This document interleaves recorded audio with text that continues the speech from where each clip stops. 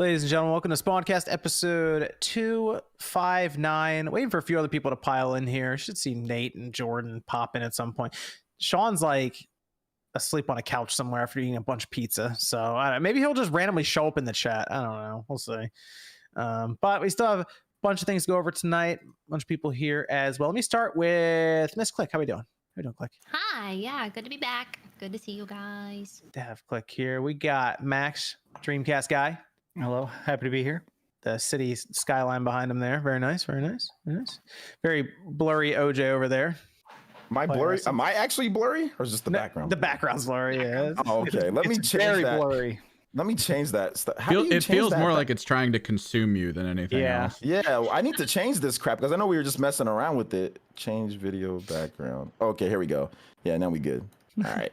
Yeah, I'm no longer blurry. Hey, we had a great Spawncast pre-show. Once again, another good one. It was a lot of fun. So thank you to everybody who came out to that.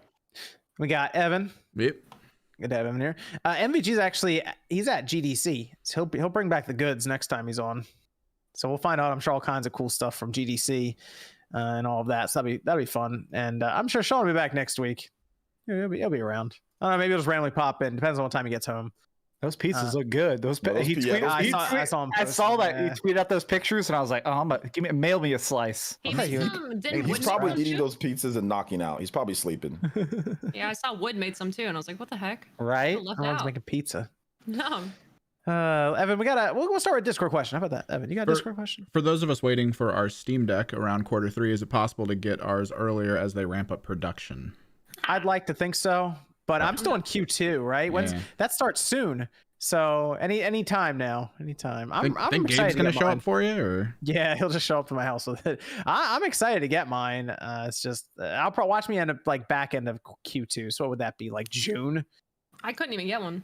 I mean, I was there right away too. It's just the site was crashing constantly, and I just finally got through, and they only had the 256 gigabyte model was available. So I was like, give me that one, Q2. So I tried. Couldn't get one. Yeah, I'm hoping they figure it out and the production gets better. And hey, maybe eventually you can walk into a Best Buy and just buy it. So that's probably a while away. Yeah, that would be the hope. But yeah, that's because as long as it's only online, it's probably as long as you're gonna be fighting with scalpers and stuff the whole time. So, yeah, another Discord question, Evan. What does the cast think of Sniper Elite series? Do you think the series has been hurt by its name, considering sniping is only a tiny portion of the series now, and it's more like Hitman or Metal Gear Solid? It is getting close to that, but like Sniper Elite's just been around for a long time. I don't know. I feel like it was just wearing on me over time. Like the first 3 I remember playing, and then after that I kind of checked out.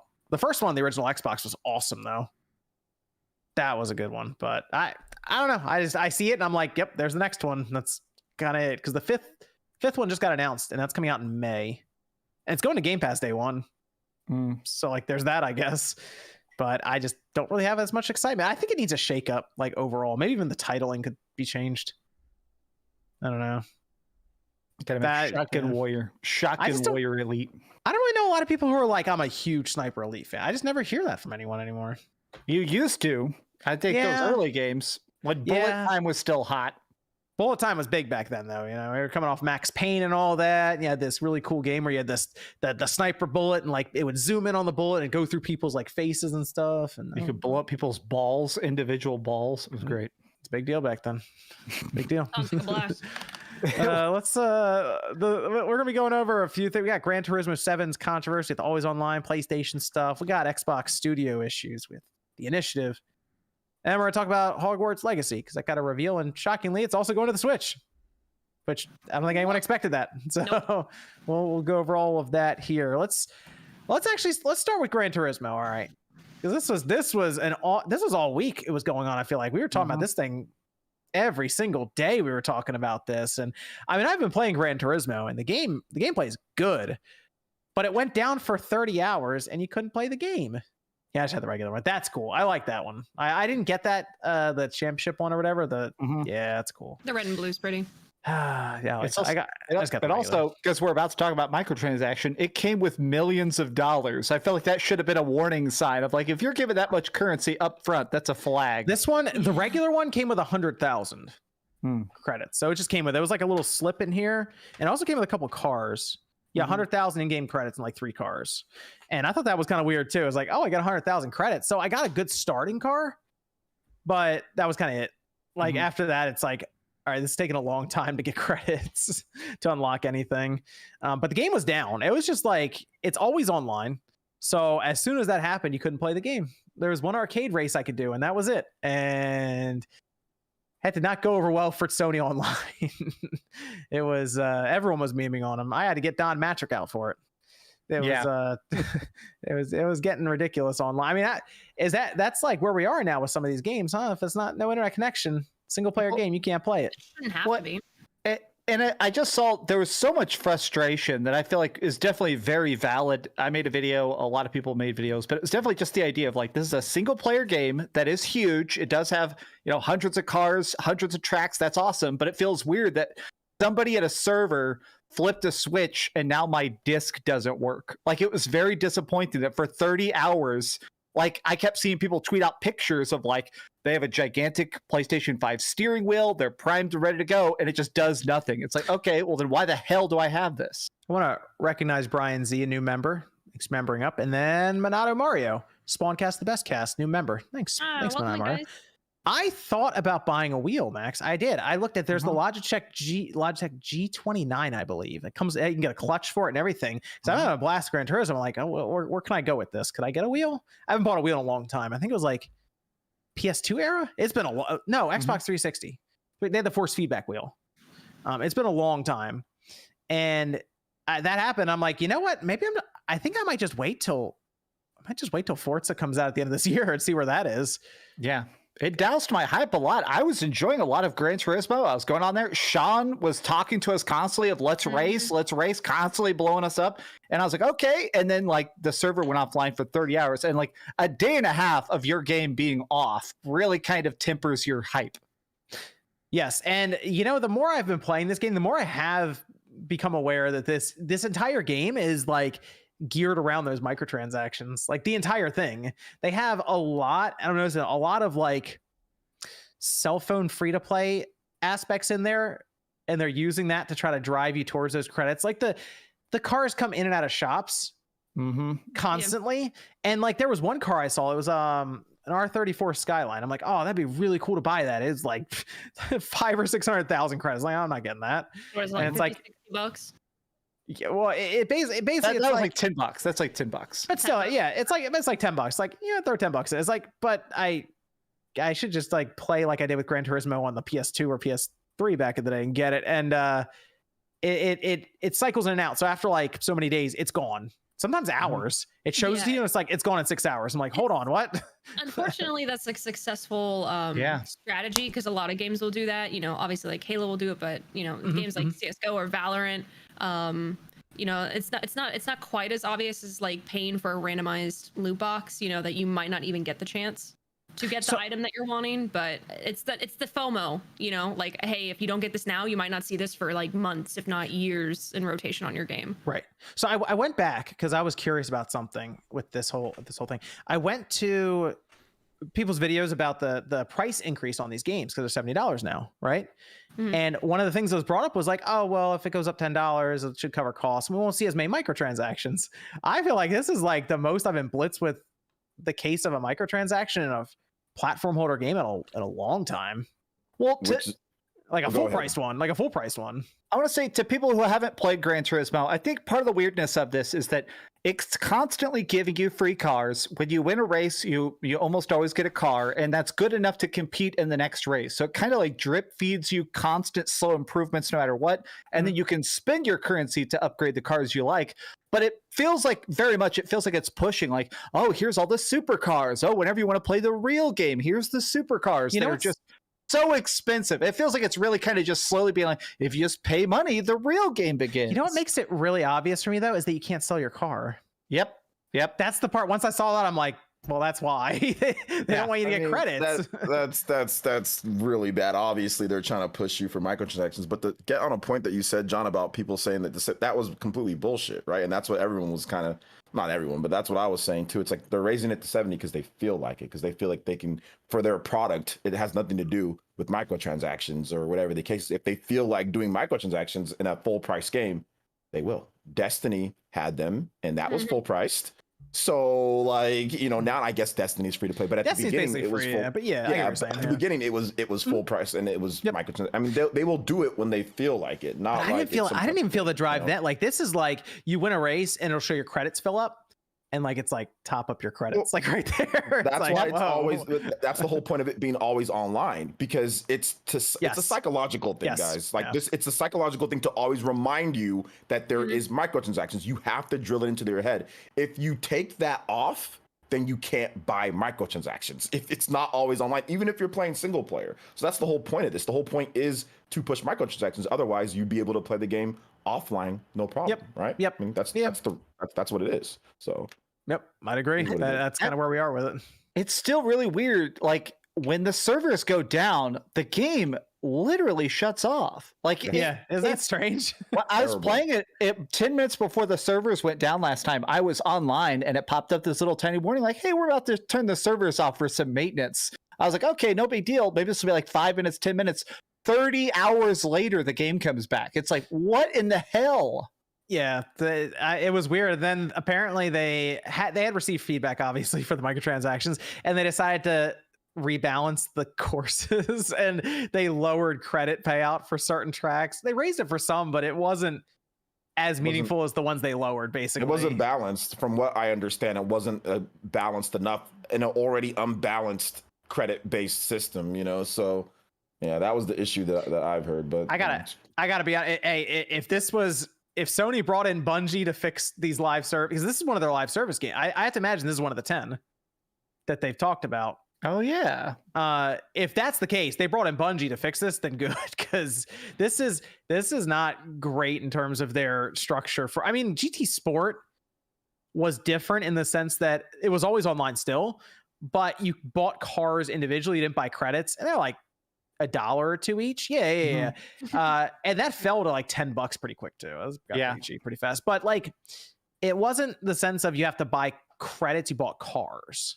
So if they still had them, they were still like, here's microtransactions as cars after the fact. They felt more like DLC, whereas this feels more like, here's a fake currency we're going to sell you in packs, and then you buy stuff with that currency. Well, I think this almost becomes the problem of when your game becomes super popular. This is the best simulation racer in the world. Oh, I would say that. Yeah. Like It's every track, you can go individual gears of individual parts of your car. It is a crazy amount of depth and customization. And I think they've gotten to a point where they're like, all right, the hardcore fans are going to spend thousands on this, so let's make sure we milk them. I think Wales would spend a lot of money on this. Yeah, absolutely. Yeah. I mean, they spend a lot of money on like the chairs, the wheels. I mean, I even thought about getting wheel because the gameplay is so good. It's like, wow, this would be really cool if I had like a force feedback wheel and like the clutch, the pedals, all of that. But now I'm sitting there like, man, you play like Forza Horizon. I mean, it's the thing right across from it. They just give you cars and credits all the time. They're not like anything about that. It's like you get a supercar almost immediately in that game. Well, okay, so all the things you're talking about, though, as far as microtransactions, that's all cosmetic, though, correct? That's not... Now, the car... Will it actually affect your gameplay and ratings? The cars, so what they do instead of, there's horsepower and stuff, but they basically have this thing called PP, performance rating style thing. So you basically have like a car score. And if you want a big PP, you got to pay the price. You have to use those same credits. Big PP? Yeah. You have to use those same... You have to use those same credits to upgrade the car as well. So it's all tied under that same, So you could be like, you know what? I want this supercar to go really, really fast. So I'm going to buy 1 million credits and dump it into it, basically. Well, and it's so also it's that the faster cars are undoubtedly more fun. They are so accurate. It feels great to be in a McLaren and like doing 200 miles an hour. It feels like you're about to fly off the track. And also, certain cars can't compete in certain styles of track. Like you can't take a race car off road and stuff. So it sort of feels like they're trying to tell you, well, now you have to buy the $1 million off-roading car, the $1 million on-road car. That's funny because obviously, like, not really like some of these racing games aren't necessarily my niche because there is a very hardcore niche for these games. But we were just talking about, the DLC courses for Mario Kart just came out, and we're talking about some of the courses that came in from Tour. And some people were talking about, oh, I've never played Tour. What's it like? And it's pretty much the same thing. Like, you get better scores or performance combos for different wheels, different bodies, different characters, and how a bit pretty much like they're basically encouraging you beyond doubt to make real life money purchases. So, I mean, that really sucks. I mean, the whole thing of like not even being able to play a quote unquote single player game because the servers are down is absolutely kind of atrocious to me. And I like my Twitter was rightfully upset through that. But yeah, no, I mean, on top of the transactions, like, I don't know. I just personally, for me, like that just makes it more depressing for me. And I play games to not be more depressed. So, you know, I feel bad for everybody. If this was honestly though, if this was a free to play game they just released, like it's Gran Turismo, it's not numbered, it's just whatever it is, Gran Turismo World or something, I'd be like, well, it's free to play.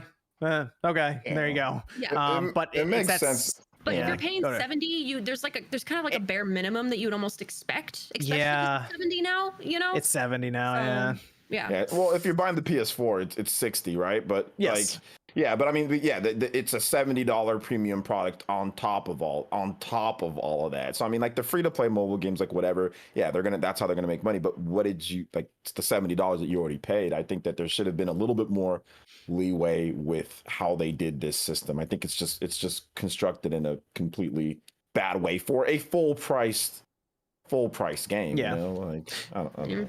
Dark Type membered up said, now that GT7 is out in the world, where would you rank the game among the franchise also favorite Gran Turismo games? I mean, it's lower now after what just happened. The gameplay wise is probably the best they've done, but if I had to go like complete package right now, I'm gonna go GT4, Gran Turismo 4. I like A-Spec. That's my favorite. A-Spec is very good. Gran Turismo 4, and then after that I'd say the first one. Something about the first one was just like, wow. Gran Turismo 2. Yeah. Gran Turismo 2 made huge improvements over the first game. That was also A-Spec, then 2 for me. I would say I still think I like Gran Turismo 7 the most. Like when it works, it is some of the best graphics. Playing that game first person and there's like the mist of rain getting kicked up off the track. Like I think Gran Turismo 7 is still my favorite game when it is working, and followed by Gran Turismo 2 and 1. Okay. I will be honest though, real quick. I think I kind of lost a little bit of passion for the series once I actually started driving myself. And even worse, it was like I worked at like a car rental place where we had all sorts of cool cars. Oh, yeah. So I was driving Camaros and I was driving Beamers and I was driving all these dope cars, and I was like, who gives a damn about racing? They let you rent the car. Like if you want to, I would take dates out. I'd be out there with the Camaros and all these cool cars. So I think I kind of lost a little bit of passion after that for me, to be honest. Because I didn't look at racing games the same. You know, I don't know why. It's just weird. Yeah, I mean that's just people who obviously want to get like the ridiculous cars and do the lap times and all of that. Or if you get like the wheels and stuff, it can be pretty. Kind of bring the arcade experience home. I was doing Midnight Club, bro. I was playing There's a series needs to come back. Underground, Need for Speed Underground, baby. Bring that. I was doing real underground. Yeah. I think I hit about 150 in a Camaro once.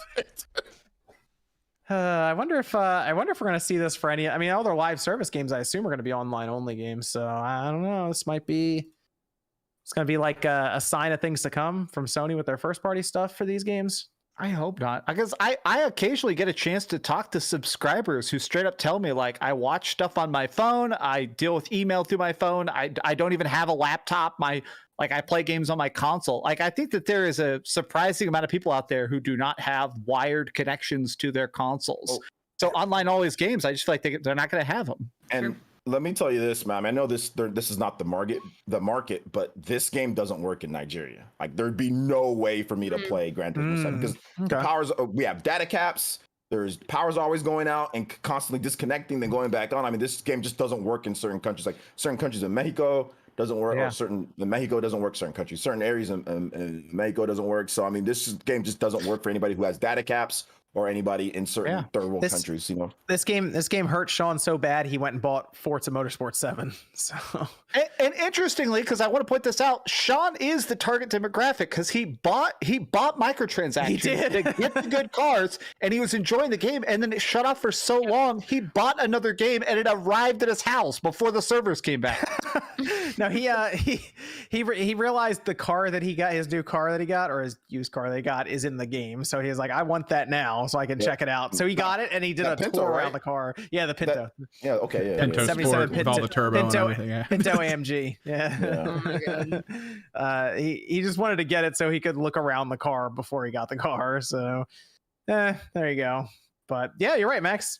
He did buy them. So and then he moved over to to Forza Motorsport 7. I'm really curious what Forza comes up with at the end of the year, because Sony kind of left it wide open with GT7 now after that press. So be interesting is after what Sony did at Microsoft's E3 2013 with that commercial about sharing a game, if Microsoft pulled some kind of marketing on GT7 with Forza Motorsport. No, they won't do it because they still have DRM and online aspects with their own games. Like, even with Forza, like, you still have to download the Series X version. You have to be connected, but it's not as bad. You can be offline and play it. You can still play Forza Horizon 5 from I remember offline, right? So I mean, they could do a commercial where they're driving and they lose their cell phone service, and like, now we're good. Keep driving. I just don't know if they want to, considering the system itself is very online heavy. You know, it'd be kind of like hypocritical, but no, I see what you're saying though. They could. That'd be funny. Yeah, take the shot. Yeah. Try and see what people think. Yeah, why not? Why not? I don't think they would. I don't think Phil Spencer would though, because he's like, I mean, I think the first thing though, I mean, the visuals of the new Forza will probably be ridiculous because it's going to be next gen. Well, it's going to be series only. So like GT7 had to be cross gen, whereas Forza won't be. So that'll be interesting to see what it looks like. Let's go over here. Evan, you got a Discord question for us? When you have a name entry in a video game, do you all like to leave the original name there or make your own? I'm thinking this is for high score stuff. No, well, it could also be for RPGs where sometimes they'll fill it in with the standard name for the character, or you can change it. I am very dumb. A lot of times I'll just leave it default, just see how the standard character name. Yeah, the only reasonable time in which you can change the name is when you change it to something like I farted or something. So they're like, hey, I farted. Oh yeah. That's so because they'll read it out like that. Yeah, like in certain situations. Yeah. Mine's really dumb. What I do is, because so much of the games I play, I'm recording to put into a video. Almost always I name the main character and the main other. If I know it's just going to become a video, I name their names like and subscribe so that I can just here's my party, like and subscribe. I'm thinking next level. If they have a first and last name, I'm like, my hero, like and subscribe. You got another one, Evan? How long you think GameStop will last after Reggie Fils-Aimé left the company, saying it lacks articulated strategy? Interesting. I mean, apparently all their debt's paid off and they have a bunch of money on hand, so they'll probably be here the rest of this generation. Like I wouldn't be shocked if we got to the end with the PS5 and the Xbox Series and they're still looking to sell the next generation. So they're gonna be around, guys. They've got tons of money from screwing people over for like decades. They've got so much cash reserves, and they don't pay their. I've known so many employees that work there. They don't pay them shit. You don't get anything. You don't get any retirement. You don't get any unless you're a super high level executive. You don't get anything from there. So they've paid their employees nothing. They've screwed people over for decades. So yeah, they're gonna be around for a while. I mean, it's possible that they're like the current trajectory is like built for survival and or like minor growth or improvement. But knowing some of these people that are saying like they've kind of backed out, I'm sure they probably wanted to take, like a lot of more steps or changes needed. And if they're kind of like, no, like this is what we want, like you're just kind of here to kind of like nod your head. I'm sure some of these people are kind of like, well, if you're not going to take my advice, you're not going to listen to me, like what's the point? Like if you're only here to survive, it could be a really slow burn. Something can end up like happening to kind of turn it on the upward turn. But I mean, I do agree, as long as like the physical is still a huge element and they kind of placate the way they have been with their marketing, I feel like they could last a little bit. But I really feel like it's going to be like a slow death if in the long run, if something isn't changed drastically. Do they even pay their employees? I'm not sure if do they do that for free? They pay their employees. Are you sure? I think it's pretty much slave labor. They might be doing it for free. May let them borrow the games or something like that. I don't know. They pay them in T-shirts. I had a friend who's. I'm sorry, go ahead. Oh, I was saying, I think I saw someone tweet the other day that someone got hired at GameStop or something, basically saying like, oh, if you trade in like 2 games, I'll let you work here, kind of thing. So like, yeah, so I traded in a game and then they hired me, and it was like one of the worst jobs I ever had. That's the term of hiring. That guy probably like turned around, saw your game was valuable and sold it, and then hired you. Like you got the short end of the stick. I had a friend who worked was a manager at a GameStop, and they got robbed at gunpoint. They took all the money and like they did what they're supposed to do, which is they obeyed the commands, like make sure everything's safe, and they left. and corporate got mad that they got robbed and they're below their profit margins. So they said she was you were being too cooperative with the robbers. So they fired her. And she's like, what the hell? Like, what do I do? What was I going to karate chop them? See, That's that's crazy actually to me. happened. Well, because like at a place like you know, I have a lot of friends who work at places like T-Mobile or Verizon. If someone comes in and robs you, you're not like those like, even though they're giant companies, they're very big on being like, yo, are you good? Like you as an employee, as a human being, are you good? We'll figure out, you know, the theft in the process, but like the employee, even though like we probably lost a lot of money worth of these devices, like, are you good? So like, it's so sad that it's something like video games. You know why they're like that? Because sometimes there's been some backdoor stuff where they get like a friend of a friend to say, come in there, hey, rob us, then we split the money. So some companies are like, I know it shouldn't be that way, but there are some people that do stuff like that. So some companies are kind of skeptical if you're really cooperative with it, you know, because like they can look at the security footage, and if you're just like, okay, and you don't hit like the silent alarm, like you don't do certain things. Oh no, have hundreds of dollars. Yeah, so there has been like, I'm not saying that it happens most of the time, it's not, but there has been that. I'm sure as hell not defending these hell no. I'm just saying that's how some companies are gonna be like that, because I've seen it firsthand. That same thing happened to one of my friends that worked at GameStop as well, where they were like, you were kind of being cooperative. What was going on? He was telling me, he's like, man, this job sucks. They were like thinking that I actually had something to do with it, you know? Yeah. You know? But I feel you though. That's unfortunate. Let's move over to some talk from Microsoft, actually, with Xbox and the initiative. Microsoft Studio that they formed, oh gosh, this is like 4 years ago or something now. It's been a long time since the initiative was formed. Found out a year and a half ago. Less than that. They are working on Perfect Dark.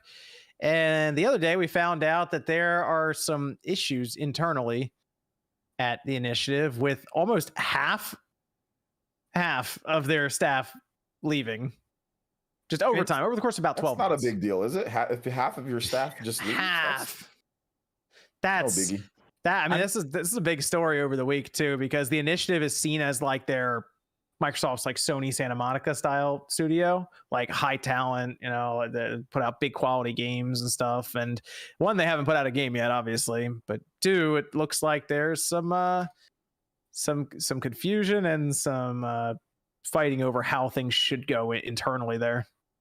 Yeah, it sounds like a huge red flag, but we also, a bunch of people were also quitting on Halo Infinite. Remember when they lost the creative lead and the sound lead and the director? Well, 343 is massive, right? Like, there's a lot of people that work at 343. I'd have to look at the exact number of employees, but it's in the hundreds. The initiative is like less than 50 people now. Jeez. Whoa, well, what? I think the issues came about once Crystal Dynamics got brought in. They had to pretty much like restart the whole game or stuff like that. Jez Corden over on Windows Central Gaming, they did a podcast and they also talked about it. And he had some additional details. And there were basically two groups. One wanted to stay more independent than bring in a large studio to help. And the other side wanted to bring in a large studio. And most likely, I believe the head there, Daryl Gallagher, wanted to probably bring Crystal Dynamics because he used to run Crystal Dynamics basically as the lead there. And it sounds like a lot of the people who left were part of the group that necessarily didn't want to have like a large group come in to work on the project. So they left, Crystal Dynamics comes in, and now it sounds like Crystal Dynamics is basically making Perfect Dark. Like, it's not even as much the initiative anymore. Jesus. I know they were talking about, it seemed like who was the previous director was like had backed out or something, but like they were talking about like he was already looking for a new position. Like if you're like kind of in charge of like a project for years, right, and it doesn't kind of like come to fruition, and then you like back out, but like you're kind of like seeking out a new job, like doesn't that kind of like, I feel like that makes it more difficult to get hired somewhere else, unless it's like publicly known why you left?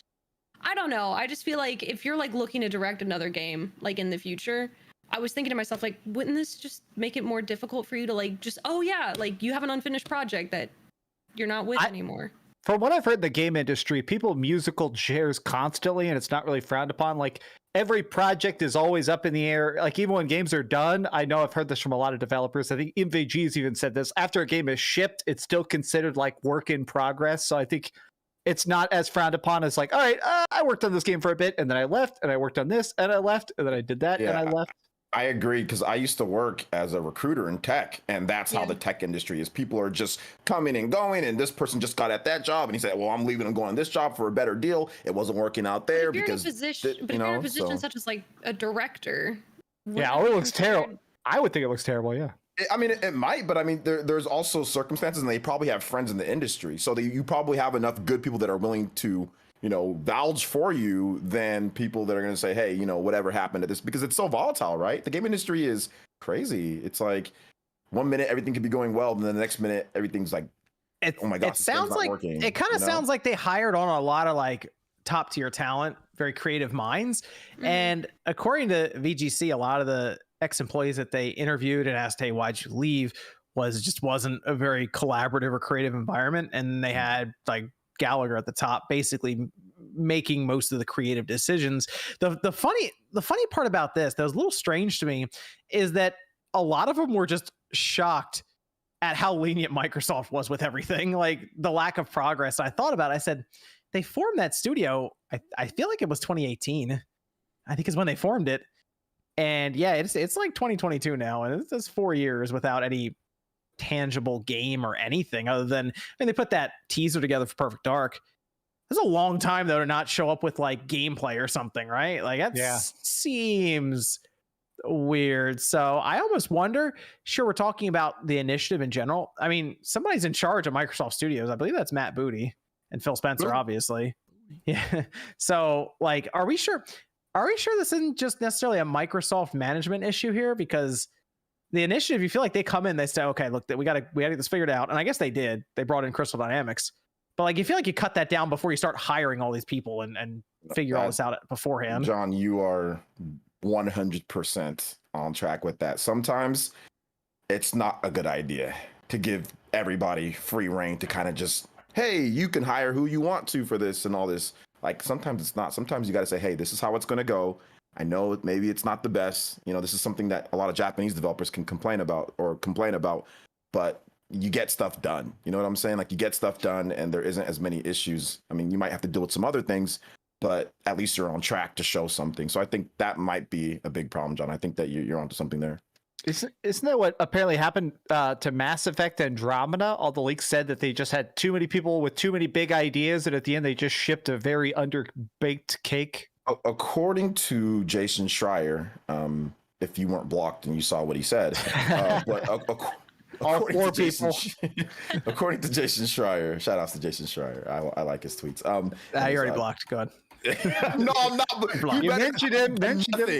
I like his reporting. The dude is actually a really good reporter and really good journalist. But anyway, according to him, it was the biggest problem was the engine. Like, the Frostbite at the time didn't even have RPG menus and stuff like that. So that was the biggest problem, is that they were forced to not use Unreal. They were used to Unreal Engine, and they were forced to do this, and that created all sorts of problems. Yeah, and then that created dissension within the team and created problems because it was so difficult. I mean, the one thing to make people unhappy, what if your software that you're using to edit videos was trash and it crashed and it didn't work? Would you be having fun editing? No. Or would you like editing? No, you would not like your work. So I think that was one of the biggest problems. Then there was other stuff as well. So, well, I'm looking at like Microsoft with the initiative 343. That was a whole thing. Halo Infinite, by the way, is like, I mean, this thing's like dead. I don't know what is going on with that game.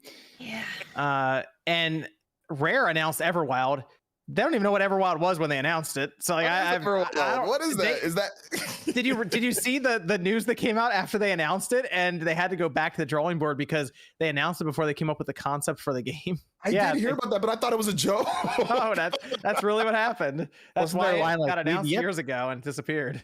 There was like, wasn't the quote something like, "We've yet to pick a genre"? It's like, okay, well, maybe don't have a trailer then. That's a leadership. That's Phil Spencer.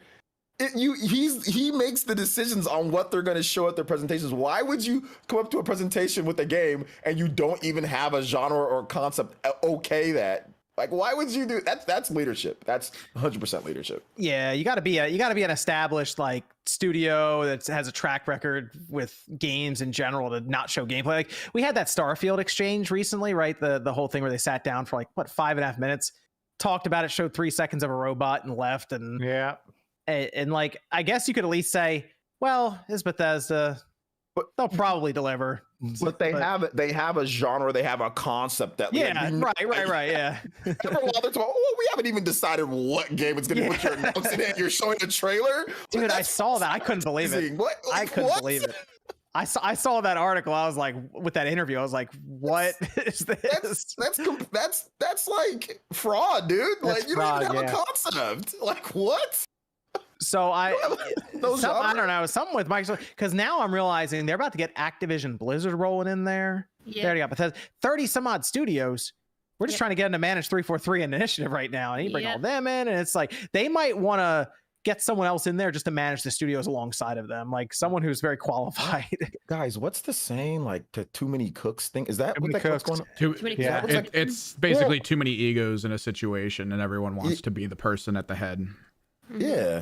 I've seen a lot of people, and I'm curious what y'all think about this, but I have seen a lot of people laying this directly at the feet of Phil Spencer and saying, okay, I'm glad you're getting all these acquisitions. There's a lot of people doing a lot of good things.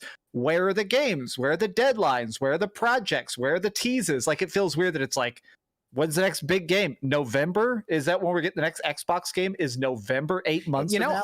I noticed that too. Microsoft hasn't done much in the last 4 months, basically since Halo Infinite dropped with like the one update they did for it.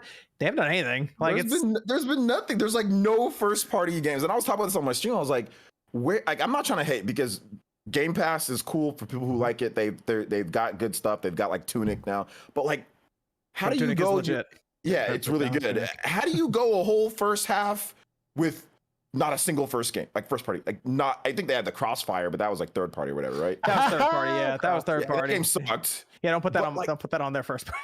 How do you go a whole first half with not a single first part? Like they're bringing the service to you, right? It's not about the new games. They're bringing their service. I mean, I'm just old. How we approach the situation.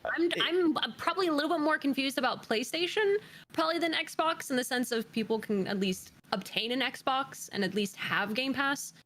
PlayStation, you still can't even find the PS5. Mm-hmm. And on top of that, haven't it's seen very Series limited. X in stores, but You get the Series S is generally like around, but like the Series X, I mean, I don't see a Series X or PS5 anywhere. But like I'll give Sony some credit. They've been dropping some releases now, so they're at least back on track. They're ramping up, but how long has it been at this point? But also, we do have to take into effect, obviously, the pandemic. A lot of things we're seeing delayed that are starting to come out now should have come out last year, if not even early last year. I think the next I think it's going to be Redfall, but that might even be delayed out of summer. Because Stalker 2 is going to be April, but that got pushed, obviously, and then now who knows when that's going out. But like, you have a point with what you have, because like Sony didn't have anything for the second half after Ratchet and Clank. There was nothing. Like Call of Duty Vanguard was their like big game that they were pushing. They had to get They got Deathloop, but that was from Microsoft. Technically from Microsoft. Yeah, they had Deathloop, you know, but. Yeah, I mean, I guess you're right. The pandemic and many other things, and game development more expensive. I mean, but clearly there's huge gaps. You know what I'm saying? Like there's a lot of big gaps with these games. So I'm guessing that I think they're realizing that maybe all this stuff is more expensive than they thought it would be. I'm guessing they have good financial planners, but maybe they're thinking all this is taking way more time and way more expensive than they thought it would be. I don't know. Or it's just taking them a while to get moving, because they have all these studios, but like the Activision Blizzard thing doesn't go into effect until next year, middle of next year at the latest. So it could wrap up early next year. But even then, it's like, okay, well, when are these studios going to put something out then? 3 years after that, then? And that's the problem. It's like this. It's just taking a while for Microsoft to spin these studios up.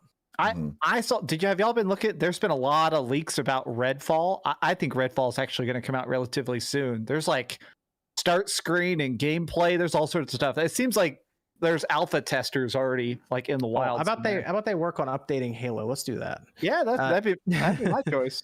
Give me co-op, goddammit. Nate. Is Nate there? Should be. Oh, Nate's here. All right. See, I knew he was going to be here. Just halfway through the show. Halfway through. We were talking about the initial. We already talked about GT7. I don't even think you didn't even did you rent GT7? No, I decided Okay. to rent Ghostwire Tokyo instead. Oh, very good. Very good. Okay. When's that? That's coming in this week then on release? Okay. Yeah, it should be. Cool. Or it'll be early the week after, a couple days later. I'm gonna check that out too, next to Kirby. Good game. Good game. We were talking about the initiative, Nate. And if you want to chime in on that, since we're like right towards the end of the topic, if you want to throw some thoughts in the bucket. Well, what were the takes of everybody else on it?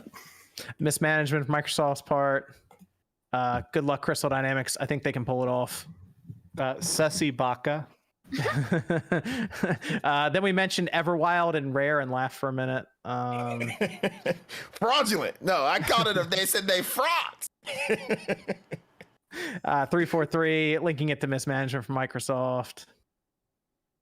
Hmm. I think so. Oh yeah, and then the mass exodus of developers from the initiative.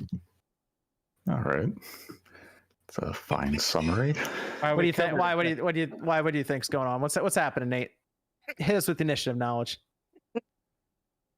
I don't view it as a mismanagement situation at the initiative.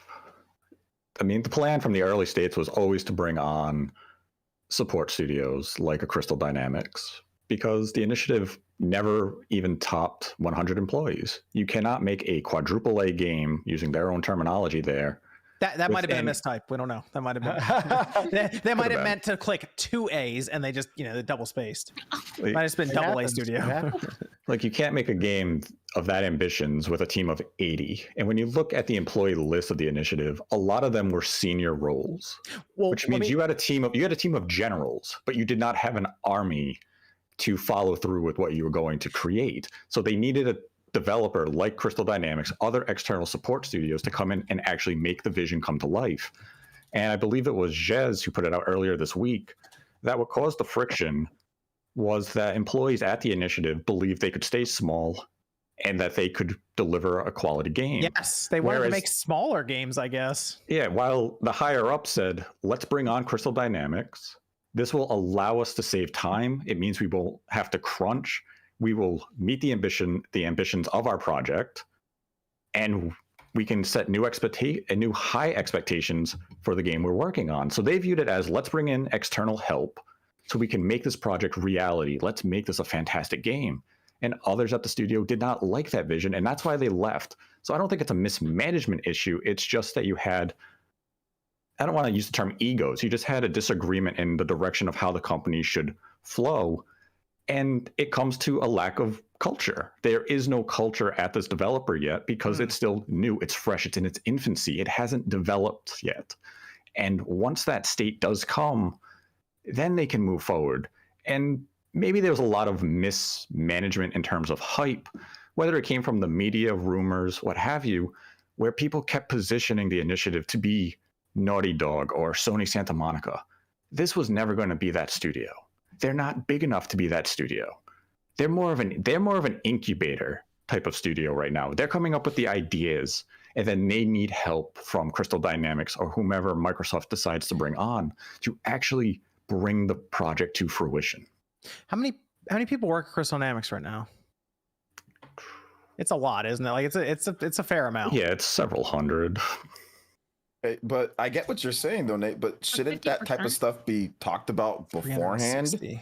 Right? Like, you're saying that, oh, well, they thought this was one thing, but then something came out, and then they didn't. Like, that's supposed to be something to where leaders are supposed to get together and make sure everything works correctly together. So, I mean, you would have to say management a little bit, because if they were blindsided by another company coming in, they obviously didn't sign up for that. So that's management. That's nothing but the management. Lack of communication. That's a lack of communication. And when there's a lack of communication, that is on managers. That is also people. Obviously, people can, react weirdly or react bad to certain things. Nobody's perfect. And I'm not trying to sit there and say that they should be perfect. But if you have such a big game like Perfect Dark and you get blindsided by bringing in other people and you thought it was going to be one way, that is definitely, there is some blame to go on management, along with everything else that you did say, though. I just feel that you can't just absolve Phil Spencer and all them for this that's happening, because all they've shown is a CG trailer and they've given no actual real update to it saying, hey, this is how it's going, or this, all we're hearing about all these other things. So that'd be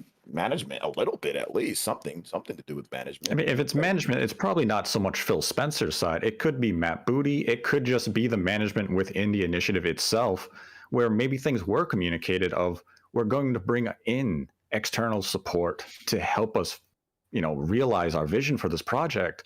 And you still just had those internally saying, no, we can do it. And Gallagher and the higher up saying, no, we can't. We need to bring in people. And they're saying, no, let's just hire people. No, we need more people. And then after, if that's a month long of a conversation that's going on and on and on, eventually you're going to say, this isn't what I signed up for when I joined the studio 2-3 years ago. I'm out. I want to come into something new at the beginning, from the ground up. I wanted to build a studio with you. You guys are going in a different direction than I thought we were going in when I came here. Let's go on. I know Microsoft is dumping a lot of money and resources into this project. So this is definitely something that they have high hopes for. This isn't just some side project that they're saying, go have fun, hire random developers. They have high hopes for Perfect Dark. How do you feel about Crystal Dynamics on this? I mean, they're a talented studio. We've seen their work with the Tomb Raider trilogy, regardless of how people feel about how they characterize Lara Croft. But I mean, people are going to look to the Avengers as the example of what Crystal Dynamics can do. And that is a poor example. That's Square Enix's vision.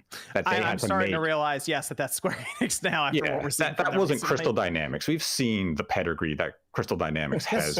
Rise of the Tomb Raider is an awesome game. That's a very good game. Well, it is. We knew that it was Square, because Square Enix said, we got the wrong developer to make the game. So that's how you know it was on. That keeps Square happening Enix. over there. Yeah, it keeps happening.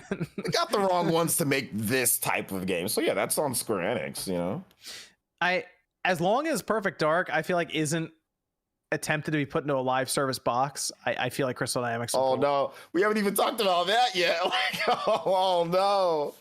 It could be, man. I wouldn't be surprised if there were, Joanna, she has different outfits, you can customize the different guns that you get, different silencers. That's my concern weapons. is they walk in one day and they were like, we want this to be kind of like Destiny. And they just have like flashbacks to Avengers where Square walked in and said the same thing. Dude, I would not be surprised. Because can you make with Xbox how they're so focused on online and Game Pass and microtransactions? Well, not I guess not as much microtransactions, but just online. Can you make a single player Perfect Dark?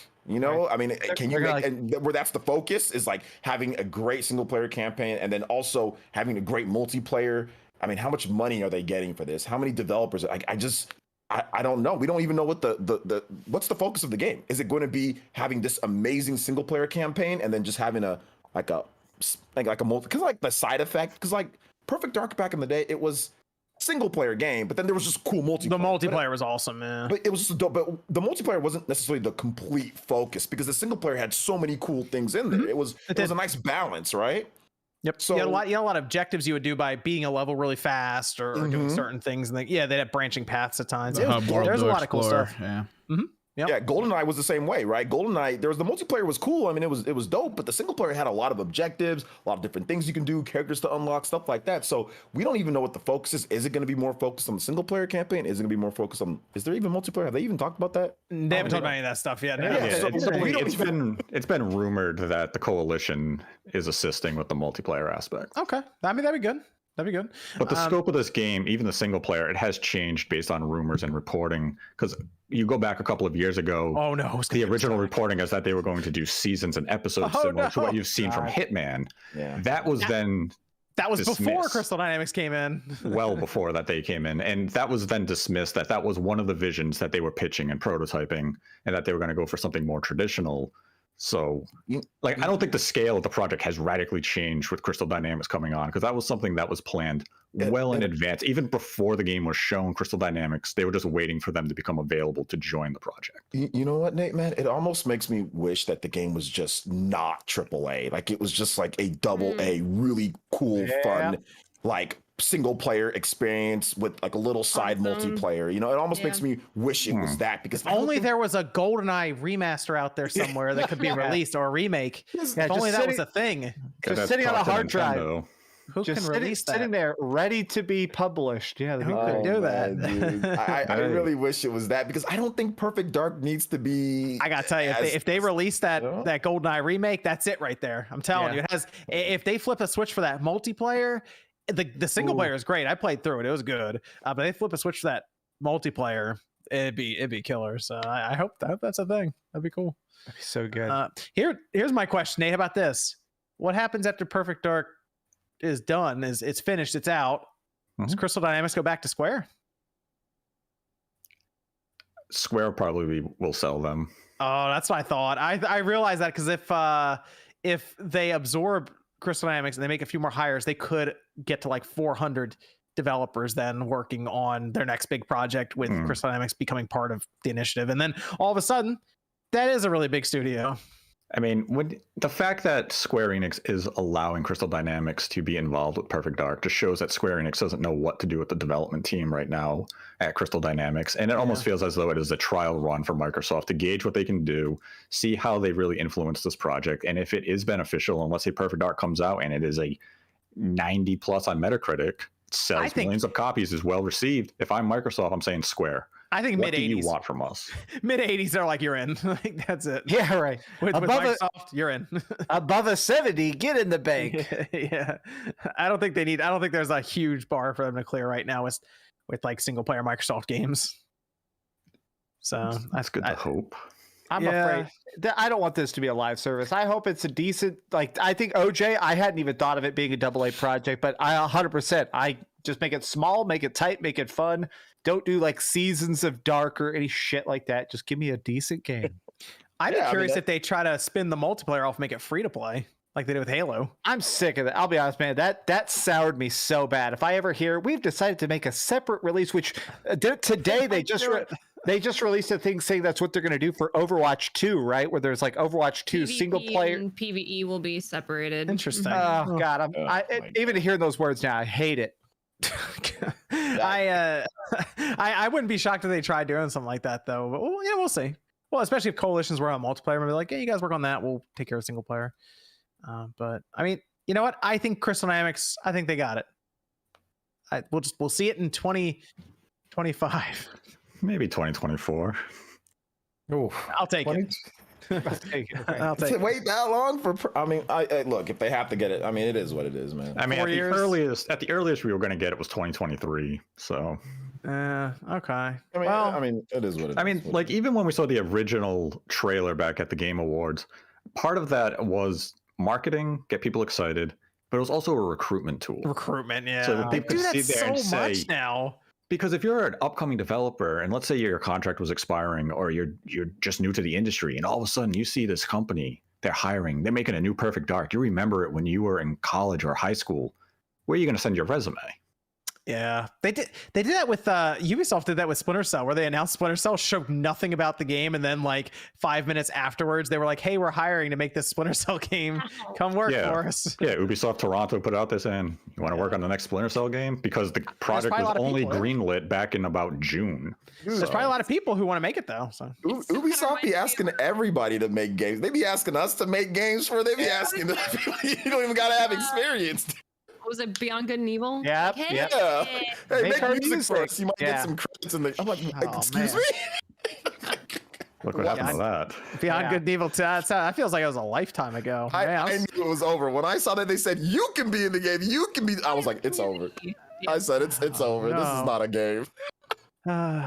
Evan, you got a Discord question over there? With the Metal Gear Rising memes going strong right now, wouldn't you say it's prime time for Rising 2 to be announced? Yes. Who's gonna make it? Yeah, by not Platinum. Don't let Platinum Games touch it. Platinum could do it. Platinum could do it. Platinum could do it. The first one was great. I played Babylon's Fall. I no longer trust them. I'm still willing to put that on Square. We'll see. If Bayonetta 3 comes out and it's good, then I'm like, all right, Platinum's back on it. But Bayonetta 3 is going to be great. But I'm still feeling like Square's messing up right now. Go ahead. It was Square. Square really compromised the vision of Babylon's Fall. They released the thing and it's like, the game's not dead, don't worry. And someone put like the concurrent player count next to it was like 160 people online.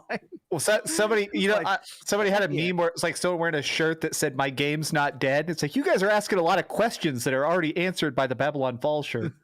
Dude, I think a new Metal Gear Rising. Revenge that'd be awesome. It'd be dope. Platinum can make it. They're the ones who saved that game in the first place. It was trash. It was garbage, and they came in there and saved it. Yep. You know, absolutely. So make it. Get Konami. Greenlight it. Konami's not going to do that though. Hey, Konami brought us the Cowabunga collection. They're on it. Let's go. Well, yeah, they'll do that. They did the advanced collection. They know exactly what to do. All right. They're just going through their vault to recover in what they're preparation to move forward with the pachinko machines now that everything's getting back to normal. But I don't think they can go to Konami. You just had Platinum call out Konami. Oh. So it'd be kind of awkward for Konami to be like, "You guys want to make Rising 2?" And Platinum's like, "Yes. Sorry about that interview where we called you a bunch of money-hungry thieves." Could they get like Team Ninja or someone do it? Yeah, they could. I mean, Team Ninja. What's it called? They had but that was Kamiya. Kamiya talks all sorts of shit. Like, he probably has Konami blocked. Good, yeah. That's probably a thing. He talked like smack about Nintendo before like Wonderful 101 or whatever too. It was like, oh well, I'm doing the game. That dude's just blocked me and unblocked me like 3 or 4 times now. I think I'm unblocked currently. I think I'm blocked again. He keeps doing it. He keeps.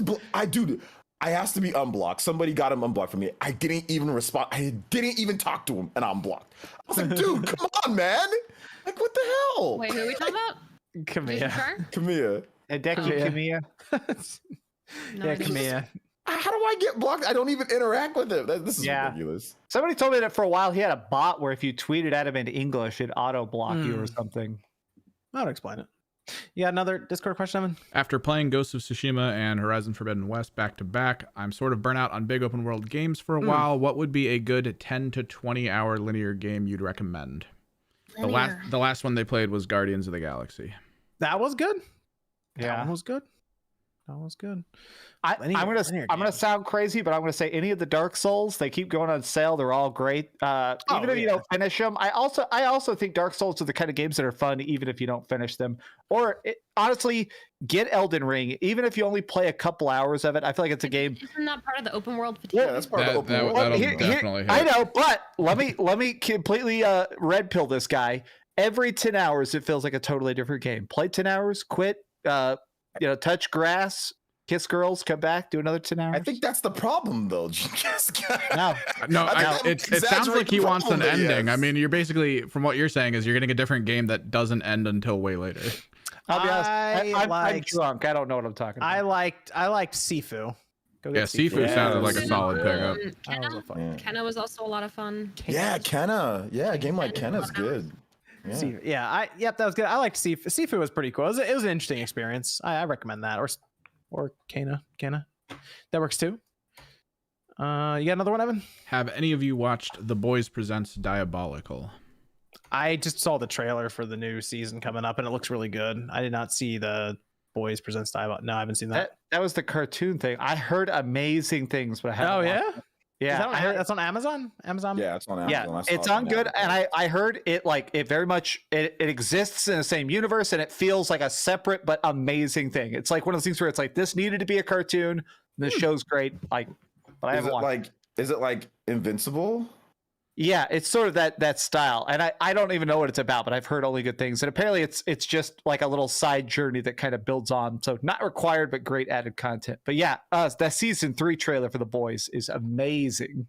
When's Invincible coming back? Oh wow, right? It's after a while. Yeah. They're sticking to the comics really close. If you read the comics, you can figure you everything can buy out. what they have, the 3 omnibuses now that are freaking huge. Yeah, and it's done. The story is also done. You can just read it. I've never been more shocked than watching that show. Like that show shocked the hell out of me. It's gonna get a lot better. Yeah, just wait. Just wait. No, you just don't expect for a cartoon for that to happen to Omni-Man. I was just like, I had to take a break, dude. Like I legit had to take a break. Him like yelling at his son. Oh my god, that was like flashbacks, Dreamcast guy. Yeah, right. Let me go through some of the super chats here. John says, how many games does everyone play at a time? How many games am I playing right now? 1, 2, 3. I have too many going on right now. Like there's like 4 going on right now because I keep checking in with WWE 2K occasionally. GT7. Surprisingly not that bad. I Three, feel like four. I think 4 right now. Yeah, I was gonna say, Okay. I feel like I'm overwhelmed with games, but like you guys, especially for those of you who are like doing reviews and like doing things ahead of time, and like I don't even know how you guys can handle doing all of those reviews at the same time, but also at the same time having fun. Because I find myself getting burnout sometimes, so I have to like fall back on like games that like will recenter me, and then I'll dive back into whatever I have on my plate. So, because sometimes, yeah, it could be like 4 or 5 feels like a lot, but I know some people that are playing like, oh, I got this game and this game and this game lined up, and then the next week it's this, this, and this, so I can't get to end game on this game. And I'm like, how do you even enjoy yourself anymore? It's crazy. I guess to me, I try and always play one major game at once. So like I beat Ghostwire Tokyo. I've 100%ed it. I have a review coming out Monday. 100%ed it? Yes, I've done every quest, every collectible. I have a huge long review talking about the entire game. But I did the entire game. I got it like early March. Spent 30 hours beating every single aspect of the game. Then I go to play more Elden Ring, and then I took a break and played a bunch of Tiny Tina Wonderworld.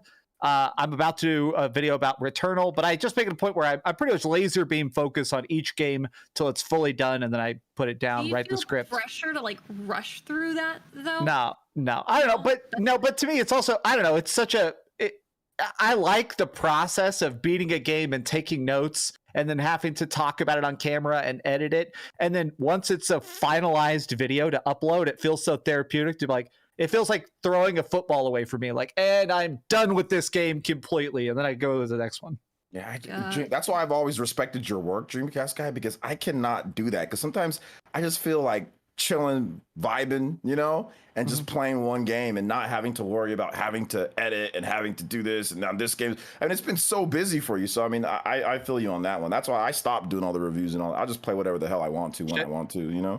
Shout out to my girlfriend. A lot of times if I'm super stressed and I'm trying to review games, the other day she brought me a whole pack of Red Bull and she cooked me sugar-free brownies just so I could sit at my desk and get these like videos done. So Ghostwire Tokyo video is dedicated to her. Yeah, but did she do it topless without you asking? Yes, my God, it was amazing. But anyways, yeah. Before people make comments saying, what the hell are you talking about? It's a joke at it's Ninja's a expense. Ninja. My wife brought me a sandwich, not asked for. I love that meme. Listen, all I'm gonna say is when you're in a long-term relationship with someone, listen, if you ain't excited, if I'm walking in topless bringing you food and you don't tweet about it, I ain't ever doing it again. So I mean, I didn't tweet about it, but man, oof. exactly. I was having some fun when I was in Nigeria. I was getting some food. It was great. I remember the tweet though. I remember the fitness chat. You're like, don't worry, guys. I'm eating too much, but I'm burning it off. Patrick says, beat Endwalker this week. Final Fantasy 14 is amazing. Joe says, do you think mobile games like Genshin Impact and Azure Lane should also be playable offline? Most of them are always online. Mobile games. Mobile games generally are tied to microtransactions. So there you go. That pretty much answers that immediately. If there's an in-game economy that includes real money and it's free to play, they're going to keep you always online, especially with phones, because you're just generally you're always connected anyway with a phone.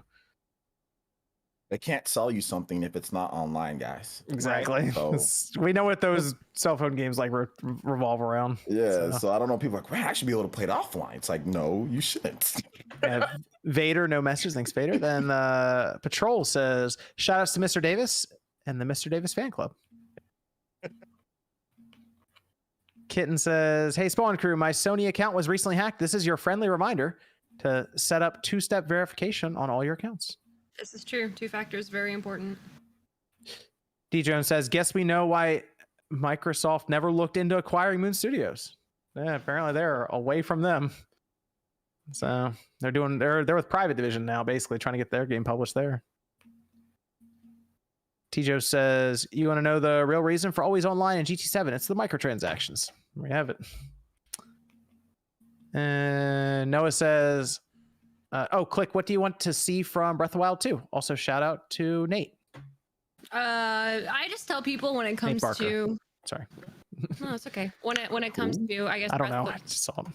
Good. Breath of the Wild 2 is just new, interesting mechanic. Whether or not we're going to get the same overworld or underworld, whatever the theories are, that we get the really cool new mechanic, which is looking like, again, some sort of time travel or, the arm mechanic. That's all, just something to make the next game very different, like every other Zelda game. Change it up. Yeah. I like it. Celtiverse says, when you don't want to pay for gas, you have to pay to drive on your PS5. I'm actually shocked they didn't try that for GT7. Soldier Game, tell them. Don't give him any ideas, man. Right. I was the first game console to get 1 million followers on Twitter. I am the gaming console of this generation. Nintendo, Xbox, and PlayStation will be nothing without me. There you have it. David says, always online. Sucks for single player games. Imagine if you couldn't drive a car if the GPS connection was down. Yep. Let's let me see. Let's go over here. Let's talk about this Hogwarts Legacy game, a franchise that I've read 12 pages of and seen exactly 30 minutes of a movie. So hopefully someone here has seen anything at all about Harry Potter. Actually, Max, you're at least familiar with the lore. Yeah, I've read all the books. Good. Yeah. All right, good. Hogwarts Legacy was shown. All right, this was a 15-minute state of play. It was interesting that Sony decided to do a state of play for this, by the way. Like, it was like a third-party game. I guess they just have all the marketing for it. Mm-hmm. It is what it was. So, like, we'll do a state of play for it. All right. Avalanche making this? Avalanche. And they showed it off. I thought it looked all right. I thought it looked pretty good. I thought it looked pretty good, yeah. The game itself. I was worried that I'd have to know anything at all about Harry Potter to even understand what's happening. And I'm like, all right, they have a wand, they're shooting stuff. Did you guys read read the in-depth mechanics? I read some. I read the combat and the season stuff. Yeah, like they have a very robust and in-depth RPG mechanics in here. It's not, like the other games that they had before, because this is not the first Harry Potter video game, to come out. I've played the ones before. Never been a big Harry Potter fan, but I thought like the world was kind of cool. And, like they fly around like on the Quidditch stuff, so I thought that was kind of cool too. But this has like a lot of in-depth mechanics. It has leveling, it has summons, it has like in-depth like potions you can craft for buffs and debuffs. Like it has a lot of stuff. So they did talk about that a little bit, but if you read the press release, like I actually covered that.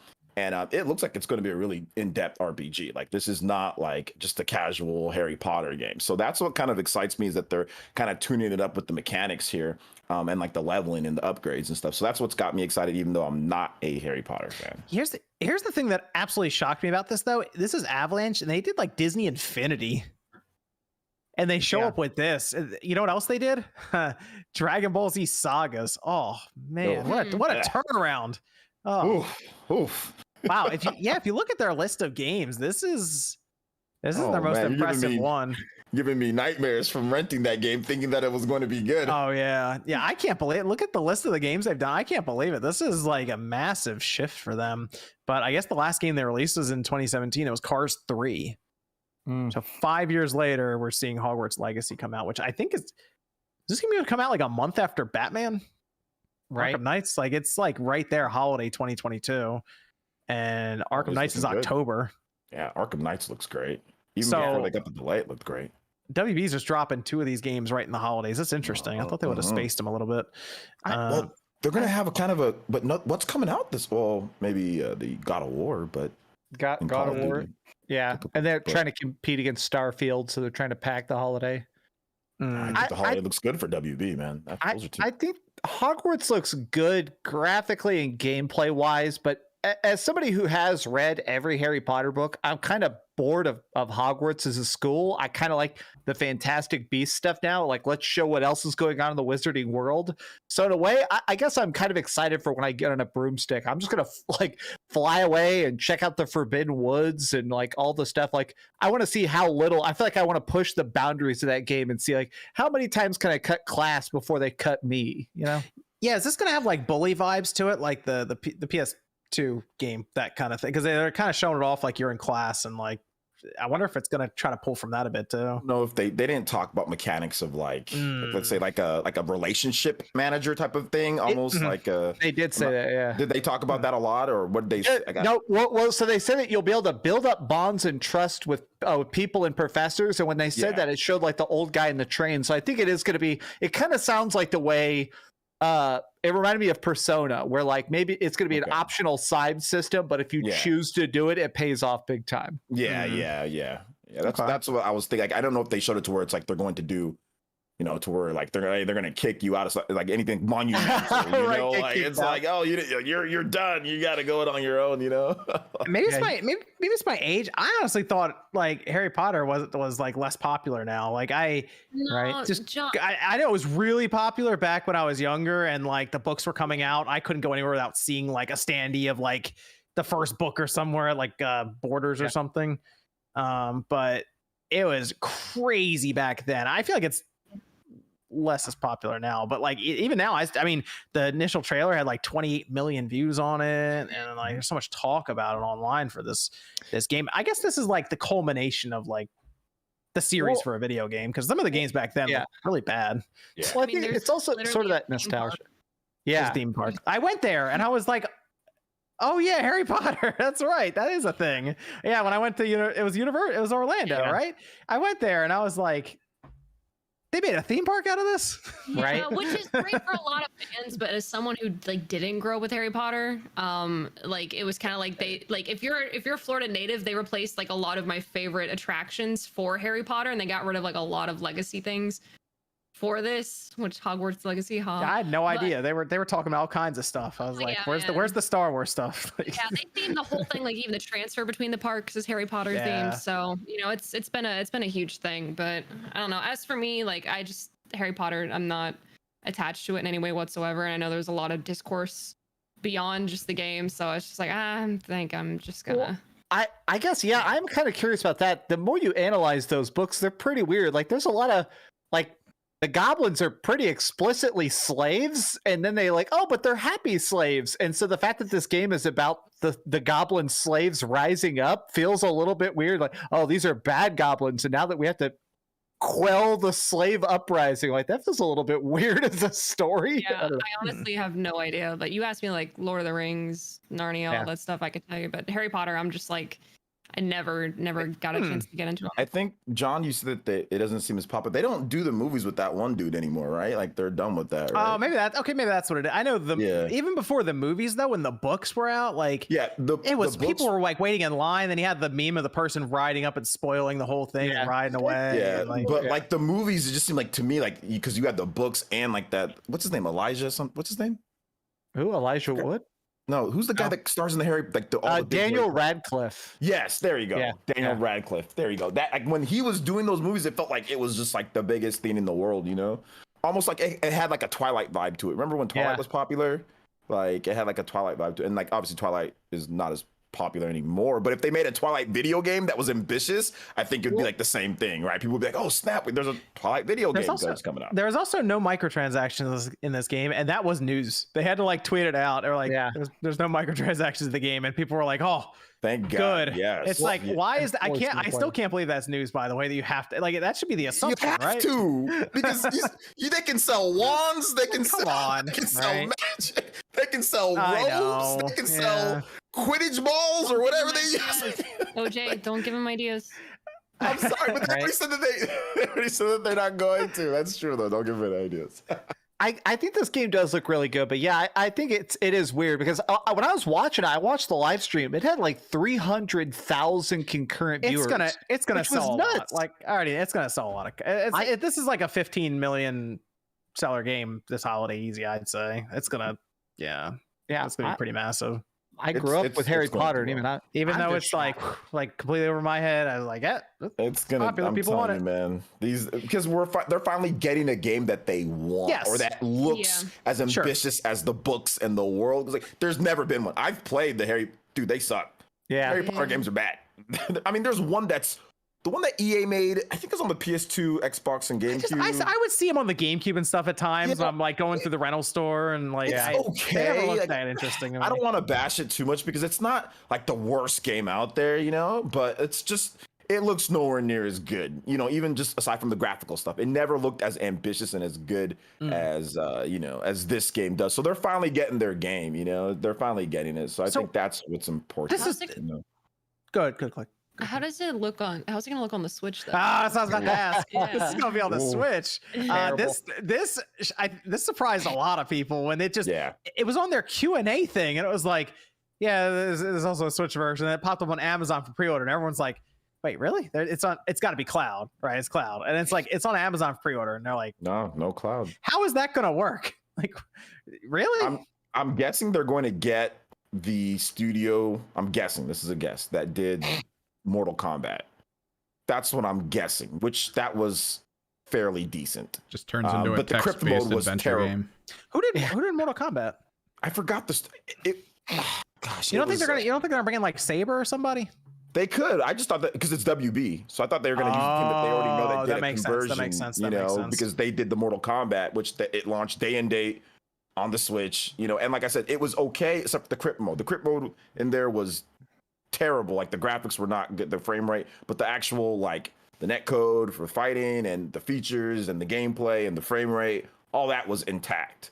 So I mean, I'm it guessing is it's on the gonna be PS4 and it's on the Xbox One as well. So like, Yeah. I guess they were like, yeah, we can make this work. The thing that is a little surprising to me though is the box doesn't have a blue banner on it.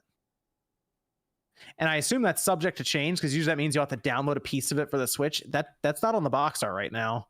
So if they get that whole thing on the cartridge even, There's no way. Absolutely no way. They're gonna make it look like the older Harry Potter games. Yeah, it's gonna like GameCube, Hagrid, or like every character goes, "Hello, welcome to Hogwarts." Yeah, because Mortal Kombat was on a 8 gigabyte cartridge. Then you downloaded the rest. yeah, They didn't even go with the 16. They went with the it's 8. WB. I feel like they're about to roll in with that 1 gigabyte, and they're like, "What? 32 gigabyte download? What is this?" Right. 1 gigabyte cartridge.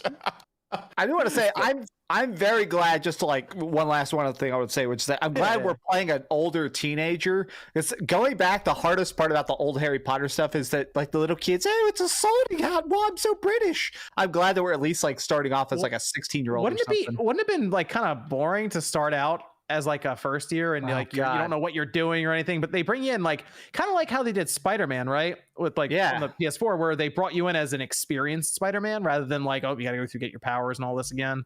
And you can make your character however you want. Like they have a lot of options for making your character apparently. So didn't they say you're starting as a 5th year, but it's your first year at Hogwarts? Yes. So you're gonna have like remedial classes mixed in, but you'll get to use advanced magic. So I think that's a cool mix.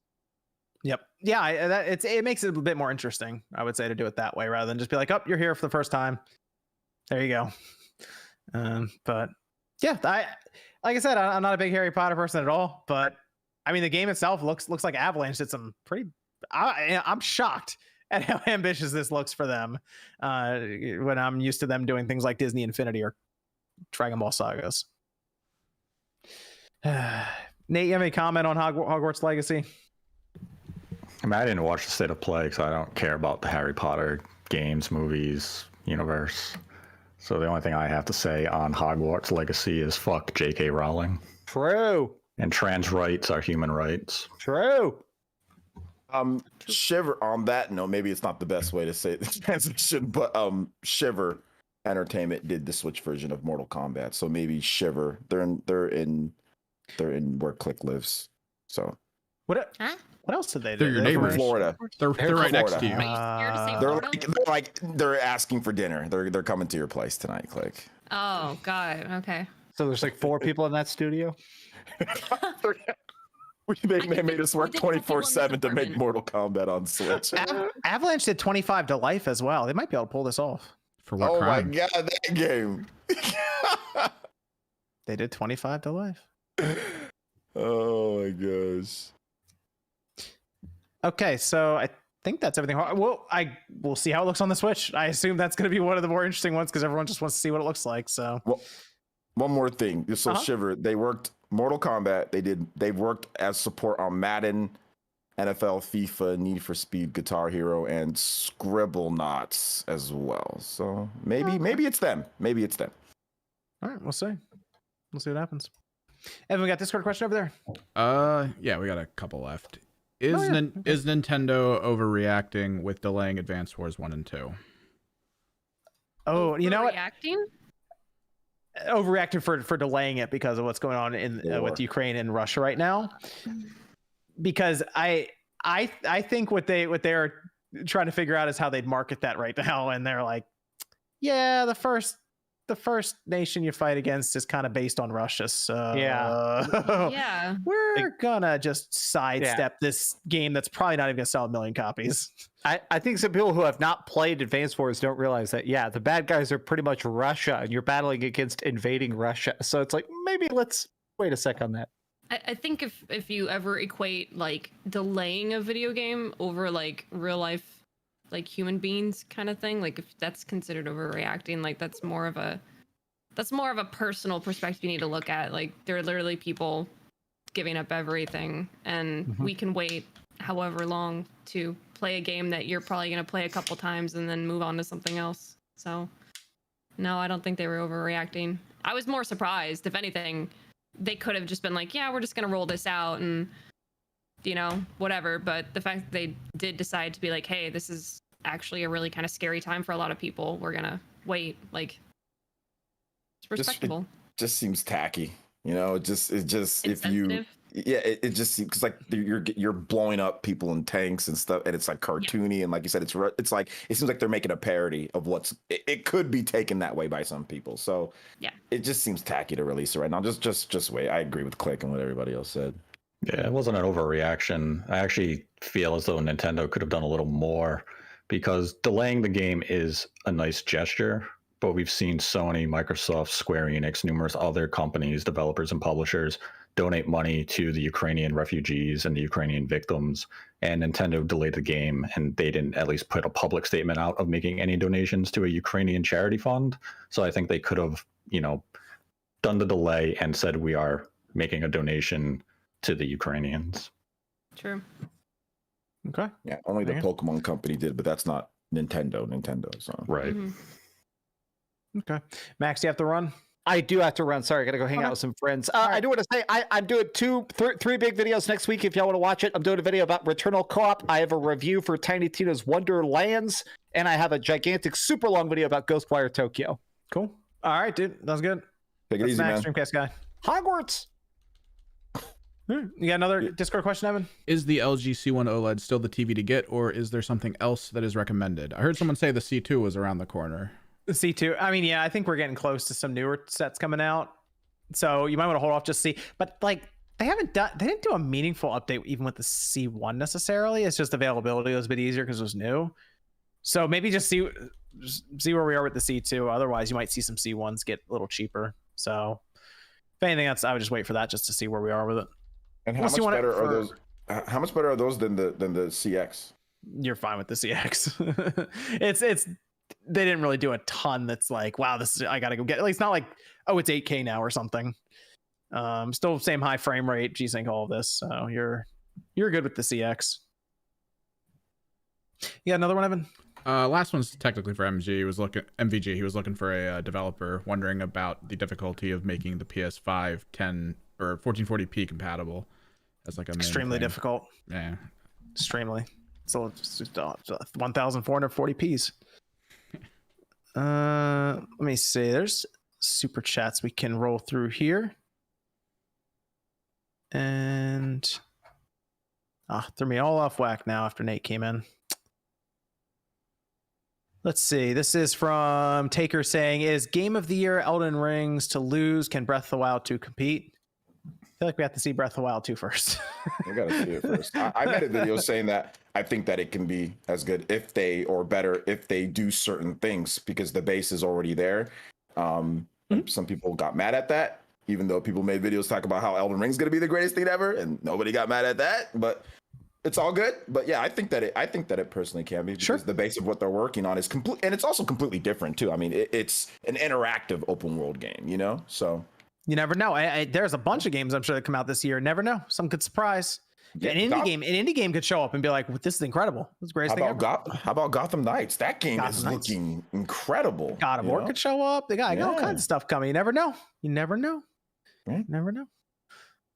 This is Monado Mario says, looking at people's reaction on GT7 microtransactions, now people say Nintendo anti-consumer with their overpriced games shows DD standard, in my opinion. Maybe it's supposed to say double standard, in my opinion. Of course, it's a double standard, but that's okay. We've already established that. Edward says, if those key positions at the initiative are filled by the people at Crystal Dynamics, I think Perfect Dark is in good hands. CD fits Perfect Dark since it's a similar situation to Tomb Raider reboot. I agree. I think Crystal Dynamics do some good work with Perfect Dark personally. Cristobal says, I agree with MVG's video today, bashing DRM, Sony's GT7, and Xbox game discs in general for basically being unplayable at times per their game servers. And Sir says, question, craziest retro game find. Nate has that actually. Found Silent Hill completed box with manual for PS2 for $15 at GameStop on Black Friday 2021. Nate, tell them what you found in 2022. At a local thrift shop, I found a complete in-box copy of Eternal Darkness for $25. That's pretty good. They had F-Zero GX complete in-box for $10. What? You didn't buy that? No, that's cheap. That's really cheap. It was a lunch break, and I was just kind of checking it out. I was like, let's see what they got here. And I saw Eternal Darkness. I was like, $25. Well, I already have F-Zero GX. They also had some copies of Metal Gear Solid Twin Snakes. How much do they want for that? I think they wanted 60. That's actually really good for that one.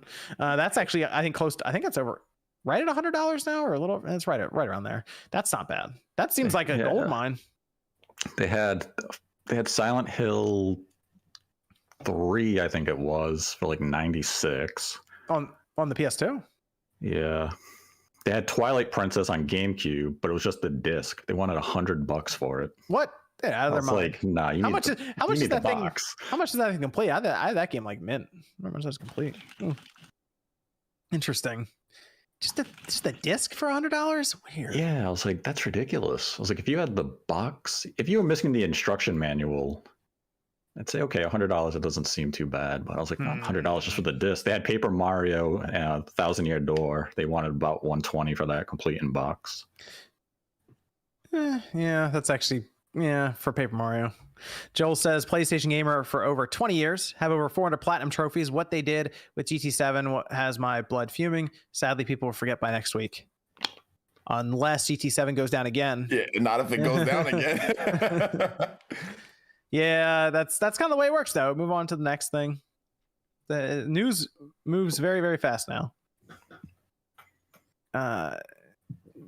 Shade Naya says Forza does engagement better than GT7. They cut loot boxes after feedback. GT6 dropped seasonals, made microtransactions required. How do I get stream reminders? Oh, for like streams, you have to go to, there's like a bell, right? And you click that, and then you set like, you hit like always remind or whatever it is, notify always or something, and then it'll come up for streams as well. Quote unquote. Otherwise, YouTube will just send it whenever they feel like it. I'm when sorry. they feel like it. When they feel like it. YouTube feels like it. YouTube is the worst. They're the worst. Well, they're not the worst, but they're the worst. Takers.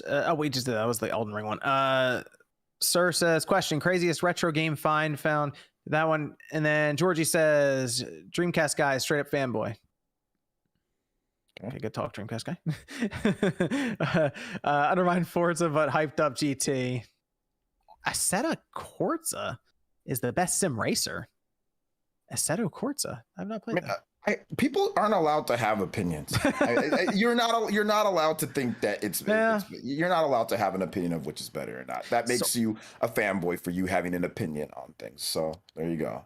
Soldier Man says, to be honest, the cutback credits is disappointing, but you still make enough to get decent cars. Online only sucks, but I think the outrage is a little overblown. Cap. I disagree with that one. You Nate, can't play your game. How you feel about that, Nate? GT7. You got to be you got to be online to play your single player game. That's ridiculous. There you go. Joel says, how is Dreamcast guy a fanboy? There you go. He calls out every single company. If anything, he should hate Sony for killing Sega. Don't ruin DCG credibility. He is great. There you go, Joel. And Manata Mario says, I once saw one comment say if Nintendo makes a realistic racing game, OJ would be all over it. Is it true, OJ? Oh, I wouldn't, because there's games that Nintendo makes all the time that I'm not all over if I'm not into the franchise. A lot of people are fucking stupid. So I feel like I was just talking with a couple people about this, OJ, specifically like with what we do with Nintendo. I feel like people assume that because we only play or cover the games that we're personally interested in, that we only have positive things to say about Nintendo. And I was telling people, I was like, there are plenty of games I'm really not interested in. Like, I don't care for triangle strategy. I'm not covering it because I'd probably have negative things to say about it. So I'm not. So it's going to be positive. So, I mean, you particularly get a lot of hate saying that, you're all about Nintendo, blah, blah, blah, blah, blah. And it's like, no, you call them out too. But there are plenty of games you don't cover because you're not interested in. So just because it's a realistic racing game by Nintendo doesn't mean you're going to be any more interested in the niche. Maybe you'll try it out, but you'll probably have things that you're going to say you don't like about it. And then you're going to offend people. Absolutely. I tried out Forza, and I don't cover Forza a lot, but I tried it out and it was okay. I'm not into racing as much. And Nintendo makes, like, what they make, that one game, Cruising. I know, Nate, you love Cruising. Cruising Blast? Cruising Blast. And I mean, it's okay, but I didn't really cover it like crazy. And I like arcade racers. Hold on a minute. No, I like arcade racers more than I like simulation racers. But did you see me cover Cruising like crazy on the channel or anything? I think I talked about, I've never streamed it on the channel. I talked about it, I think, a couple times. So I don't know why it'd be like, oh, well, I'd be all over it, even though I like so why wasn't I all over Cruising then? Because I like, see what I'm saying? Like, people need to stop saying like dumb shit like that. It's annoying. Victor says, any of y'all played the Project Gotham racing games on Xbox 360? Also, Sega GT 2002 was good. Missed racing in the 4 GT90. I did. I played Project Gotham when it was out on that original Xbox back in the day, but then they got rid of it. And Patrol says, which video game character has the best jump, taking into account style, utility, etc.? Best jump? Best jump. Jump? Interesting. I don't know. Best jump. It's definitely someone from the PS2 days because I had like the best animations back then. I don't know. I never thought about people jumping and how that's like the best jump. I don't. Maybe Commander Shepard is when he jumps. Yeah. Shepard's jumps are pretty legendary. I was randomly thinking. Do you remember like going from Ocarina of Time to Majora's Mask and how Link? They randomly added in. He would just do flips. Yeah, and stuff. He would do like somersaults and everything in the air. I was like, what? Why'd they take that away, man? He looks so cool. He's just doing flips every jump. On that note, Samus has the best jump. She freaking just hits like a million front flips every time she jumps.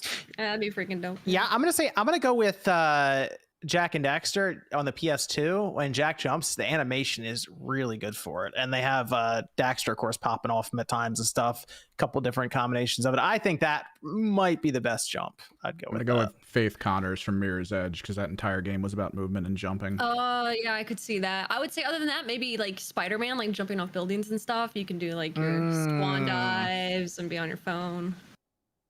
It's a good one. It's a good one. Then Shin says, so amazed my Steam Deck plays Final Fantasy 15 Apex locked 60. Any game I try, I think it's going to force Nintendo to show their hand to the next console with 1 year. In 1 year? With 1 year. It's not.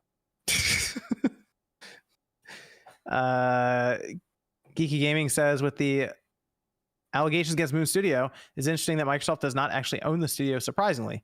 They only own the Ori IP. So that's good. At least they own the Ori IP. Who would they even have make it then? If they want to do something else?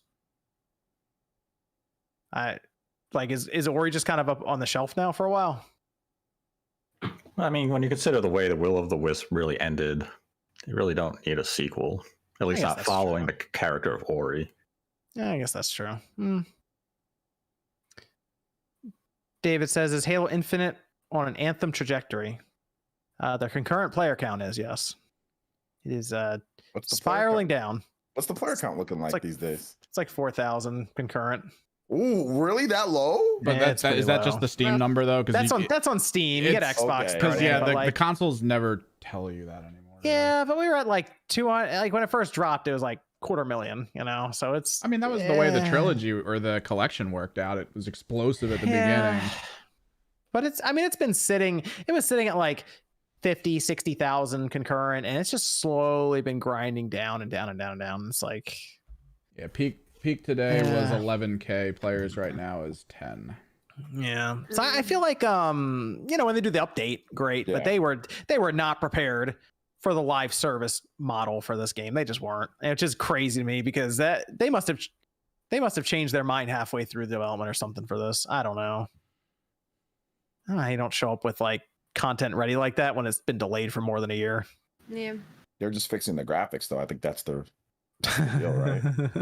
I guess. I don't know. The game itself, the campaign feels like it was taped together. So who knows? I like tape. I use it all the time. Edward asked, Nate, will you do an Xbox 2022 prediction video? Yes, Once Xbox starts doing something. basically. Yeah, well. Update coming. May, right? May. Just Is it May? a month and a half out. I thought Microsoft's going to wait till June. No, I'm talking about Halo. Oh, Halo. Oh, gosh, this is like Yeah. 2 maps. Hey, something. Something's better than nothing, right? Just bring back the pit from Halo 3. I mean, it's more. 2 maps is more than we've got from Super NES games from Nintendo this year on NSO. But That's they true. gave us Majora's Mask, the best Yeah, but Nintendo that's 64 Zelda N64. game. That's different. I'm talking Super NES. We've gotten one. What we got? Earthbound? Wait, are we, Earthbound. Yeah. Nate, are we seriously Earthbound. trying to compare like the flagship game series that was supposed to be selling consoles compared to like Halo Infinite's free to play. I'm paying $20 a year for this. Yeah, but at least Free there's, to like, play. Gosh. at least like, it's, like, 20. you can get things on NSO and it actually registers versus Halo. They got I'm still Earthbound. salty about that. They got 2 Earthbounds. They got to add some more Super Nintendo games. I'm guessing that nobody wants to be a part of that because it's so the damn royalties are terrible. Yeah, what else are they gonna Yeah. add? I'm curious. I don't know what It's they're like, adding. yo, every 2 months you get 2 cents for your game being on there Mm, because it's so damn Listen. cheap. Like, Yeah. all I'm saying is there might be a second input delay on my Ocarina of Time, but at least when I hit something, it's got collision. That's all I'm gonna say. Whoa. you said Ocarina of Time. No, she's that shot's She's fired mocking at you can Halo. walk through people Could've in just Halo. played 'cause Majora's it does Mask. suck.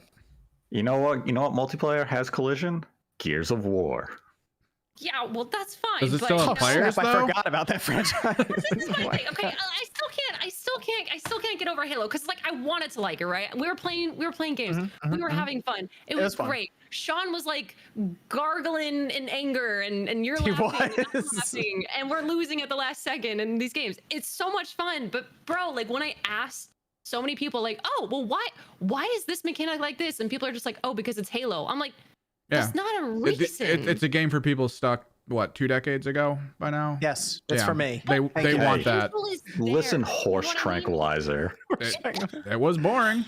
To be fair, Evan has had a really hard time with his first-person shooters. He really likes ones that just get like destroyed by Yeah. the holder, like Yep. the parent company. Dirty Happens every Bomb time. got Aw. I stopped for remember that. You're updates. really into that. They've been tweeting from that account too recently. Like they're freaking. Ugh, I'm so pissed game that are they're you just talking like, about? hey. It's Dirty a game Bomb. called Dirty Bomb made by Splash Damage, who stopped making it so that they could make Outcasters for the Stadia. Brilliant. All good. That was amazing. Good play. Stadia coming through. Let's go. Yeah. Hey, you know what? Maybe in like 5 years, EA will get it all together and they'll release Bad Company 3. At some point, you can't be wait. We're gonna be dead by the time we waiting for all this stuff, man. Like, You know, looking back on it now, I'm glad. Looking back on it now, though, years. I'm glad Battlefield 2042 wasn't Bad Company 3 because that'd have been. In that'd have been bad. 15 years, EA will stop being ass. It's like, Yeah. bro, man, like how many good quality gaming years I got? I don't know. This is Kitten saying, follow up to my Sony post from before. What is everyone's recommended Vita game? I mean, it's immediately like Persona 4. That's what a lot of people are going to say. Pick Persona 4 Golden. Persona 4 Golden. I still like the Killzone first-person shooter that looks really good. If you just want to see what your Vita can do, that's the game to get. But otherwise, Yeah, I Uncharted. mean- Everyone plays Uncharted. Uncharted's very good too.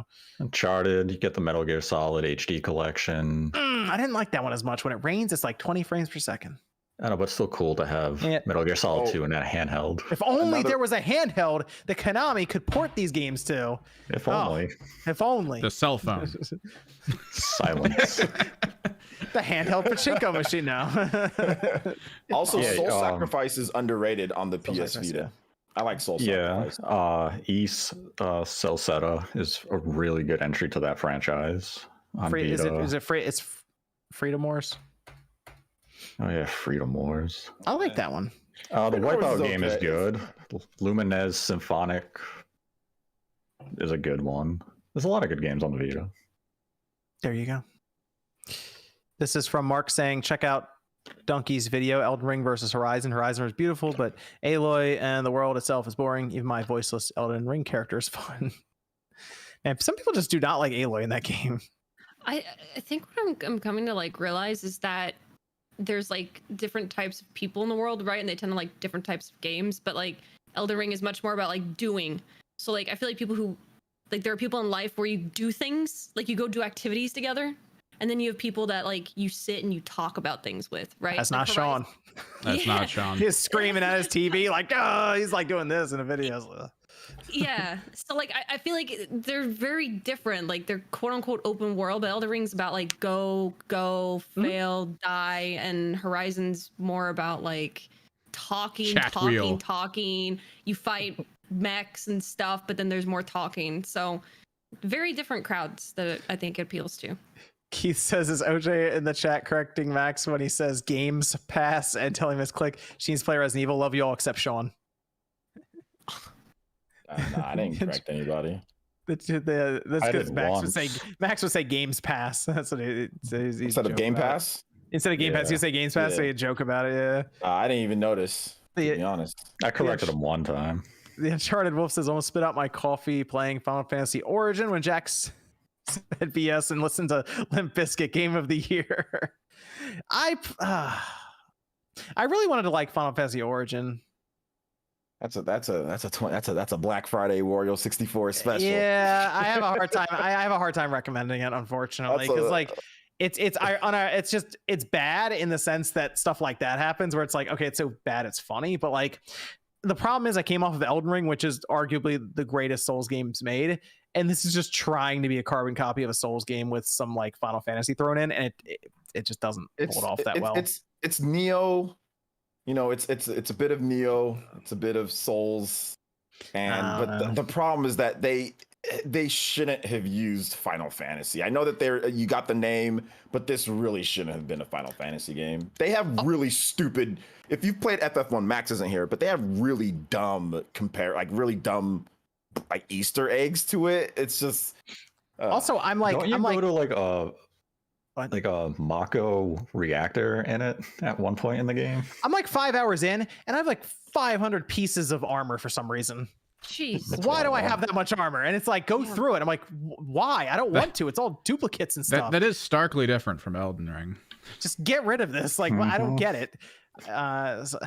It's weird. Every time you kill something, it's like, here's armor. It's like, I'm not going to use it. Like it's that's why the you sell same armor. Money. But yeah, but then you have to go through and it takes forever. The inventory management is terrible. The micromanagement and like you got like stupid looking hats and sunglasses.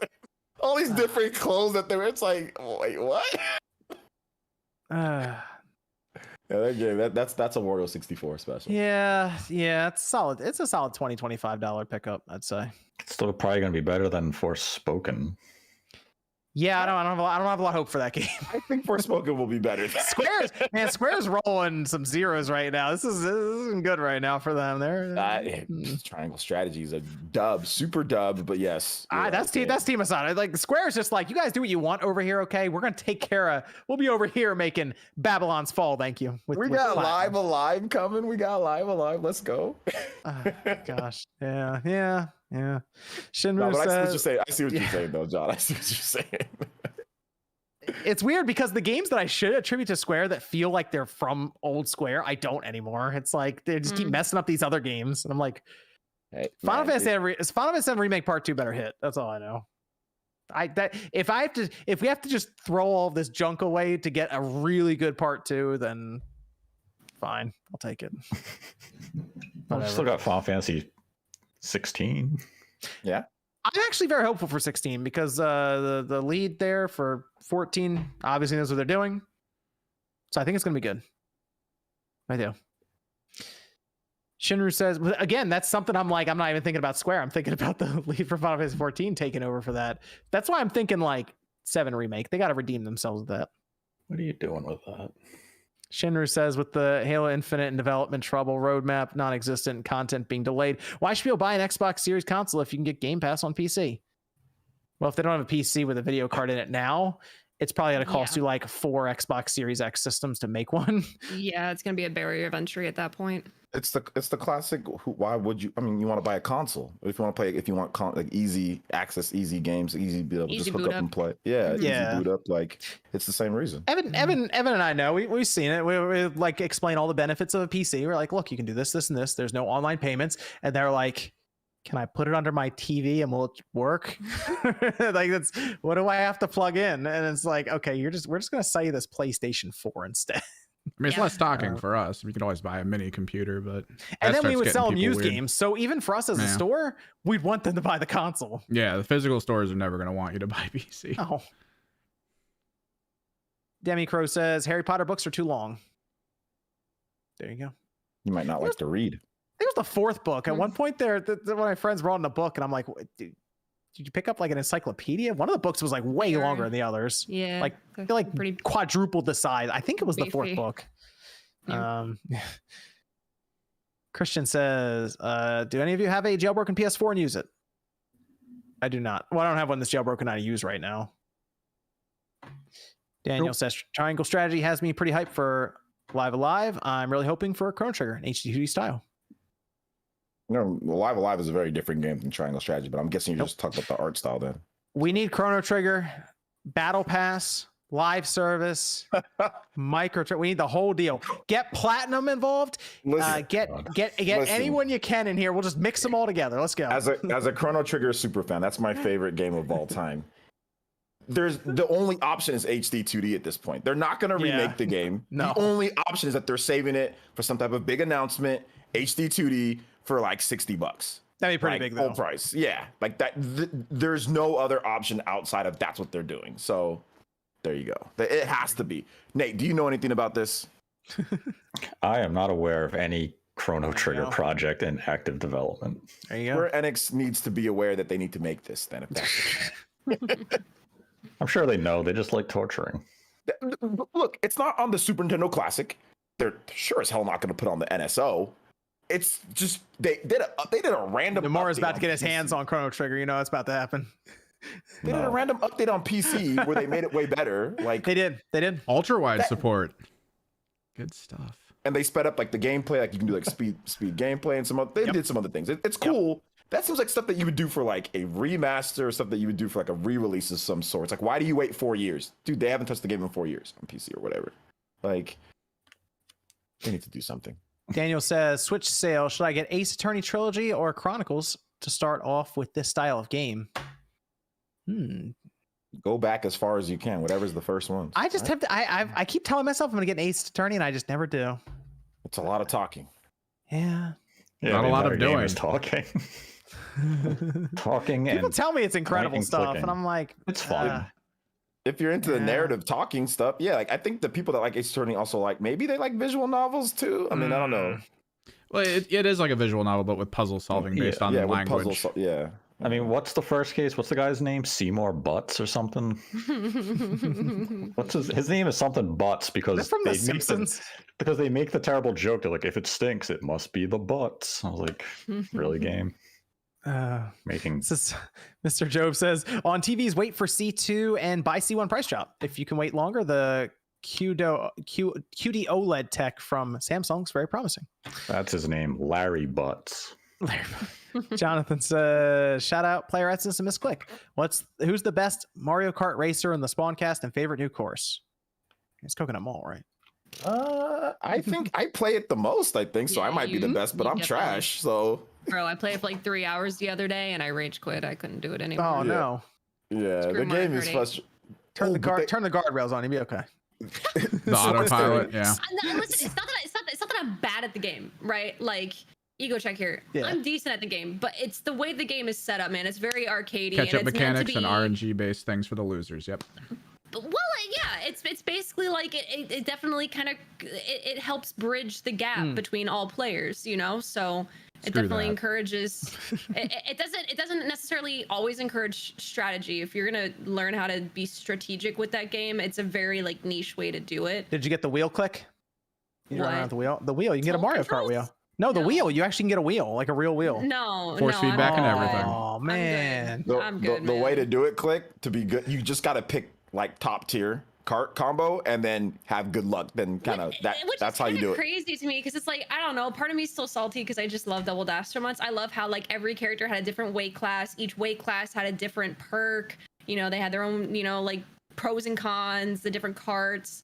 Double Dash is the most unbat. Man, it's even worse. I loved it though. I loved it too. But Double Dash, that game's legitimately broken. There's only a few. Well, I think if you were to bring it into like current, like with the way the internet and how hardcore people are, it would probably have to be completely reworked. Yes. Even if it did like a Double Dash mode, like we were talking about the other day, like bring in a mode where you have like the two different characters and you can like even just the ability to switch weapons or switch which item you have and which weapon you're going to use can completely change the way a race goes. So it's not that it's bad. I'm just, like, man, there's just something about being right before that finish line and then you have like 7 items thrown at you one after the other after each invincibility frame and then you're like from 1st to 9th and then you're just like your will to live is gone. That happens all the time. It's not like that happened. It's like all the time. When I played it yesterday, I played the new courses and the new courses from Tor are awesome.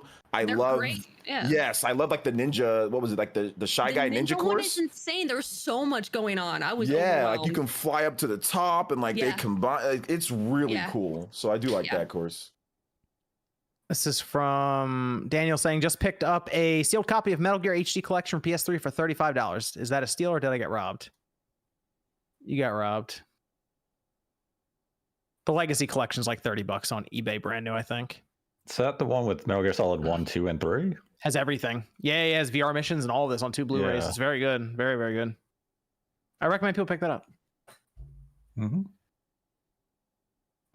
This is from Truly Epic saying, why isn't there a good open world Game of Thrones game? I'm going to say Ghost of Tsushima. It's a good question. Because the Telltale game was terrible. Mr. Right Way says, I found a sealed Melee at GameStop for $24. What are your best finds within the last year? Also, should I grade it? Have a blessed week to you all. That's really good. Yeah. That's Melee's like I think Melee's like 100 on secondhand. Are you sure it's in there? Was it re-shrink wrap? Sealed copy though. There you go. That's good. Last year. See, because I was just went to the convention last year, and I wouldn't say I found anything like good for Mr. Right Way. This dude, man, I think he's in Texas, right? Some of those people out there, they no, he posts on Twitter all the time. The stuff he gets. Yeah, and he has a great collection. Again, he be talking about all these great deals. I'm like, where are you at to get these great deals? Like these people out here ain't thinking. You know what I'm saying? He's in these areas where people just don't think about this type of stuff. I can't find a copy of that in California for that price. There's no way. Hell Knight says, I'm leaving. And then they say, okay, I'm back. Hits Over Hype says, I can't believe Miyamoto didn't actually say the thing feels like I just found out Santa Claus isn't real all over again. The quotation that people pass around all the time. What is it? Like a delayed game or rushed game or something? Apparently he didn't actually say that. It was just a game of telephone on old message boards and people just attached his name to it and that was it. I mean, it's a bad quote, so it's not a bad quote. It's just apparently Usenet 2003 came up with. I can only imagine like people like coming up to Miyamoto-san and being like, "When did you say this?" He's like, "I didn't say it. They just been years at this point." He's just like, "I don't know, man." Apparently, I think it was Gerard mentioned it to him, and he was just like, "Yeah, I guess." I don't know, I don't know what I say. He's like, "I guess." I can't even remember what I ate yesterday. Bless his heart. Shinru says, Spawn, are you going to watch the Halo TV series? Yes. I'm going to try to be really calm during it. You're actually right? What's that? Master Chief. They casted you as Master Chief. Yeah. The person apparently said they don't know anything about the games or I don't know, something. That's exactly how you get it done, in my opinion. You should not know the source material. That was the quote that was going around. I was like, there's no way. And I looked and I was like, nope, they said that. All right. I don't know, because then you have people like, for example, like what's one of the popular ones? I guess Henry Cavill, with The Witcher. He was talking about like the team with the show wanted him a certain way, but he really liked the books. So like he was like, can we make tweaks here or there for the character? Like, can we do this? Like, I really feel like his character would I mean, I'll like- give it a chance. Yeah, absolutely, I will. And some people who have already seen the first 3 episodes, I think, said that they liked it. It was okay. So it's going to Paramount, I think. Paramount Yeah. Plus gets it. Yeah. So apparently, if you're Game Pass Ultimate now, there's going to give you 30 days free to try it out and see and watch the Halo stuff. So that'll be good. This is from B Silver. Says, I'm trans and it's sad to see so much hatred in chat. You can be excited for Hogwarts if you want, but supporting the game also supports JKR, who is actively hurting people like me. Yeah, it's a, I heard an interesting, not to get too whatever on this, but like I heard an interesting take. It's like, can you separate what she's doing and what she says? Yes, it's her, but she has nothing to do with this game outside of, she got a license, they got a license, she owns the IP or she owns it or whatever, but she didn't make the game, she's not advising on the game, it's just her IP that she owns. Can you separate that from everybody else who is working hard on the game, had nothing to do with that, and are just trying to make a great game? Like, I think that's gonna be a person by person basis, and yeah, it's gonna be across the board. Yeah, and I understand, like, trans rights are rights. You know what I'm saying? I feel you on that one. I do feel though that people can separate the two, right? Yes, she will make some money off of this game, but what would be more devastating is if all the developers and all that, because like that's what they're working on. That's what they got. This is what they're working on. It's trying times for all of us, right? So I think that it might be good to separate the two, but I can't force anybody or say that you're wrong for not. But there are people who do very bad things and say very bad things in lots of different areas that own certain IPs and things like that, and we still consume other things that they're not associated with. That's, so. But I feel you though, man. I shouldn't say that. I feel you though, I feel you on that one. I think if anything, it's a good time, depending on positions and all this, where everyone stands, is bring awareness to the situation either way. And then people can decide for themselves. That's the way I see it, is you go out, taking all the information, and then decide what you want to do from there. I'm not going to be upset if somebody doesn't want to support the game or cover it because of that. I'm like, I feel you on that one. If somebody says, hey, you know what? Like, I do want to, I understand, like, I don't like what she said, but I still want to play the game. Because there are many people that said that, like, man, well, I'm this and this is what she said, but this is what I grew up with, like, I don't idolize her. It's just her thing. So, but I totally get it, man. I think that people are allowed, like John said, I think, yeah. I mean, obviously this is a really touchy topic and people are going to be very like on either side of it, rightfully so, because everybody's got different life experiences. But I think the biggest thing is like seeing how people react to each other and treat each other. I think that's the bigger thing to me is how people are going to deal with this situation. Personally, I don't think I could be any more like removed from the knowledge of everything that the topic is on, but from what I've heard, like, I mean, the best thing that you can do, honestly, guys, is like, you have to figure out, like, love is kind of the biggest thing. So I'm not huge on attacking people on one side or the other, but your actions do speak louder than words. So you have to let your actions, if you say it's separated, you have to let your actions speak that. If it's not separate to you, obviously you have to let your actions speak that. But tearing each other down and calling more names, fighting fire with fire, is not the way to solve it. So I don't know. What do you think, Nate?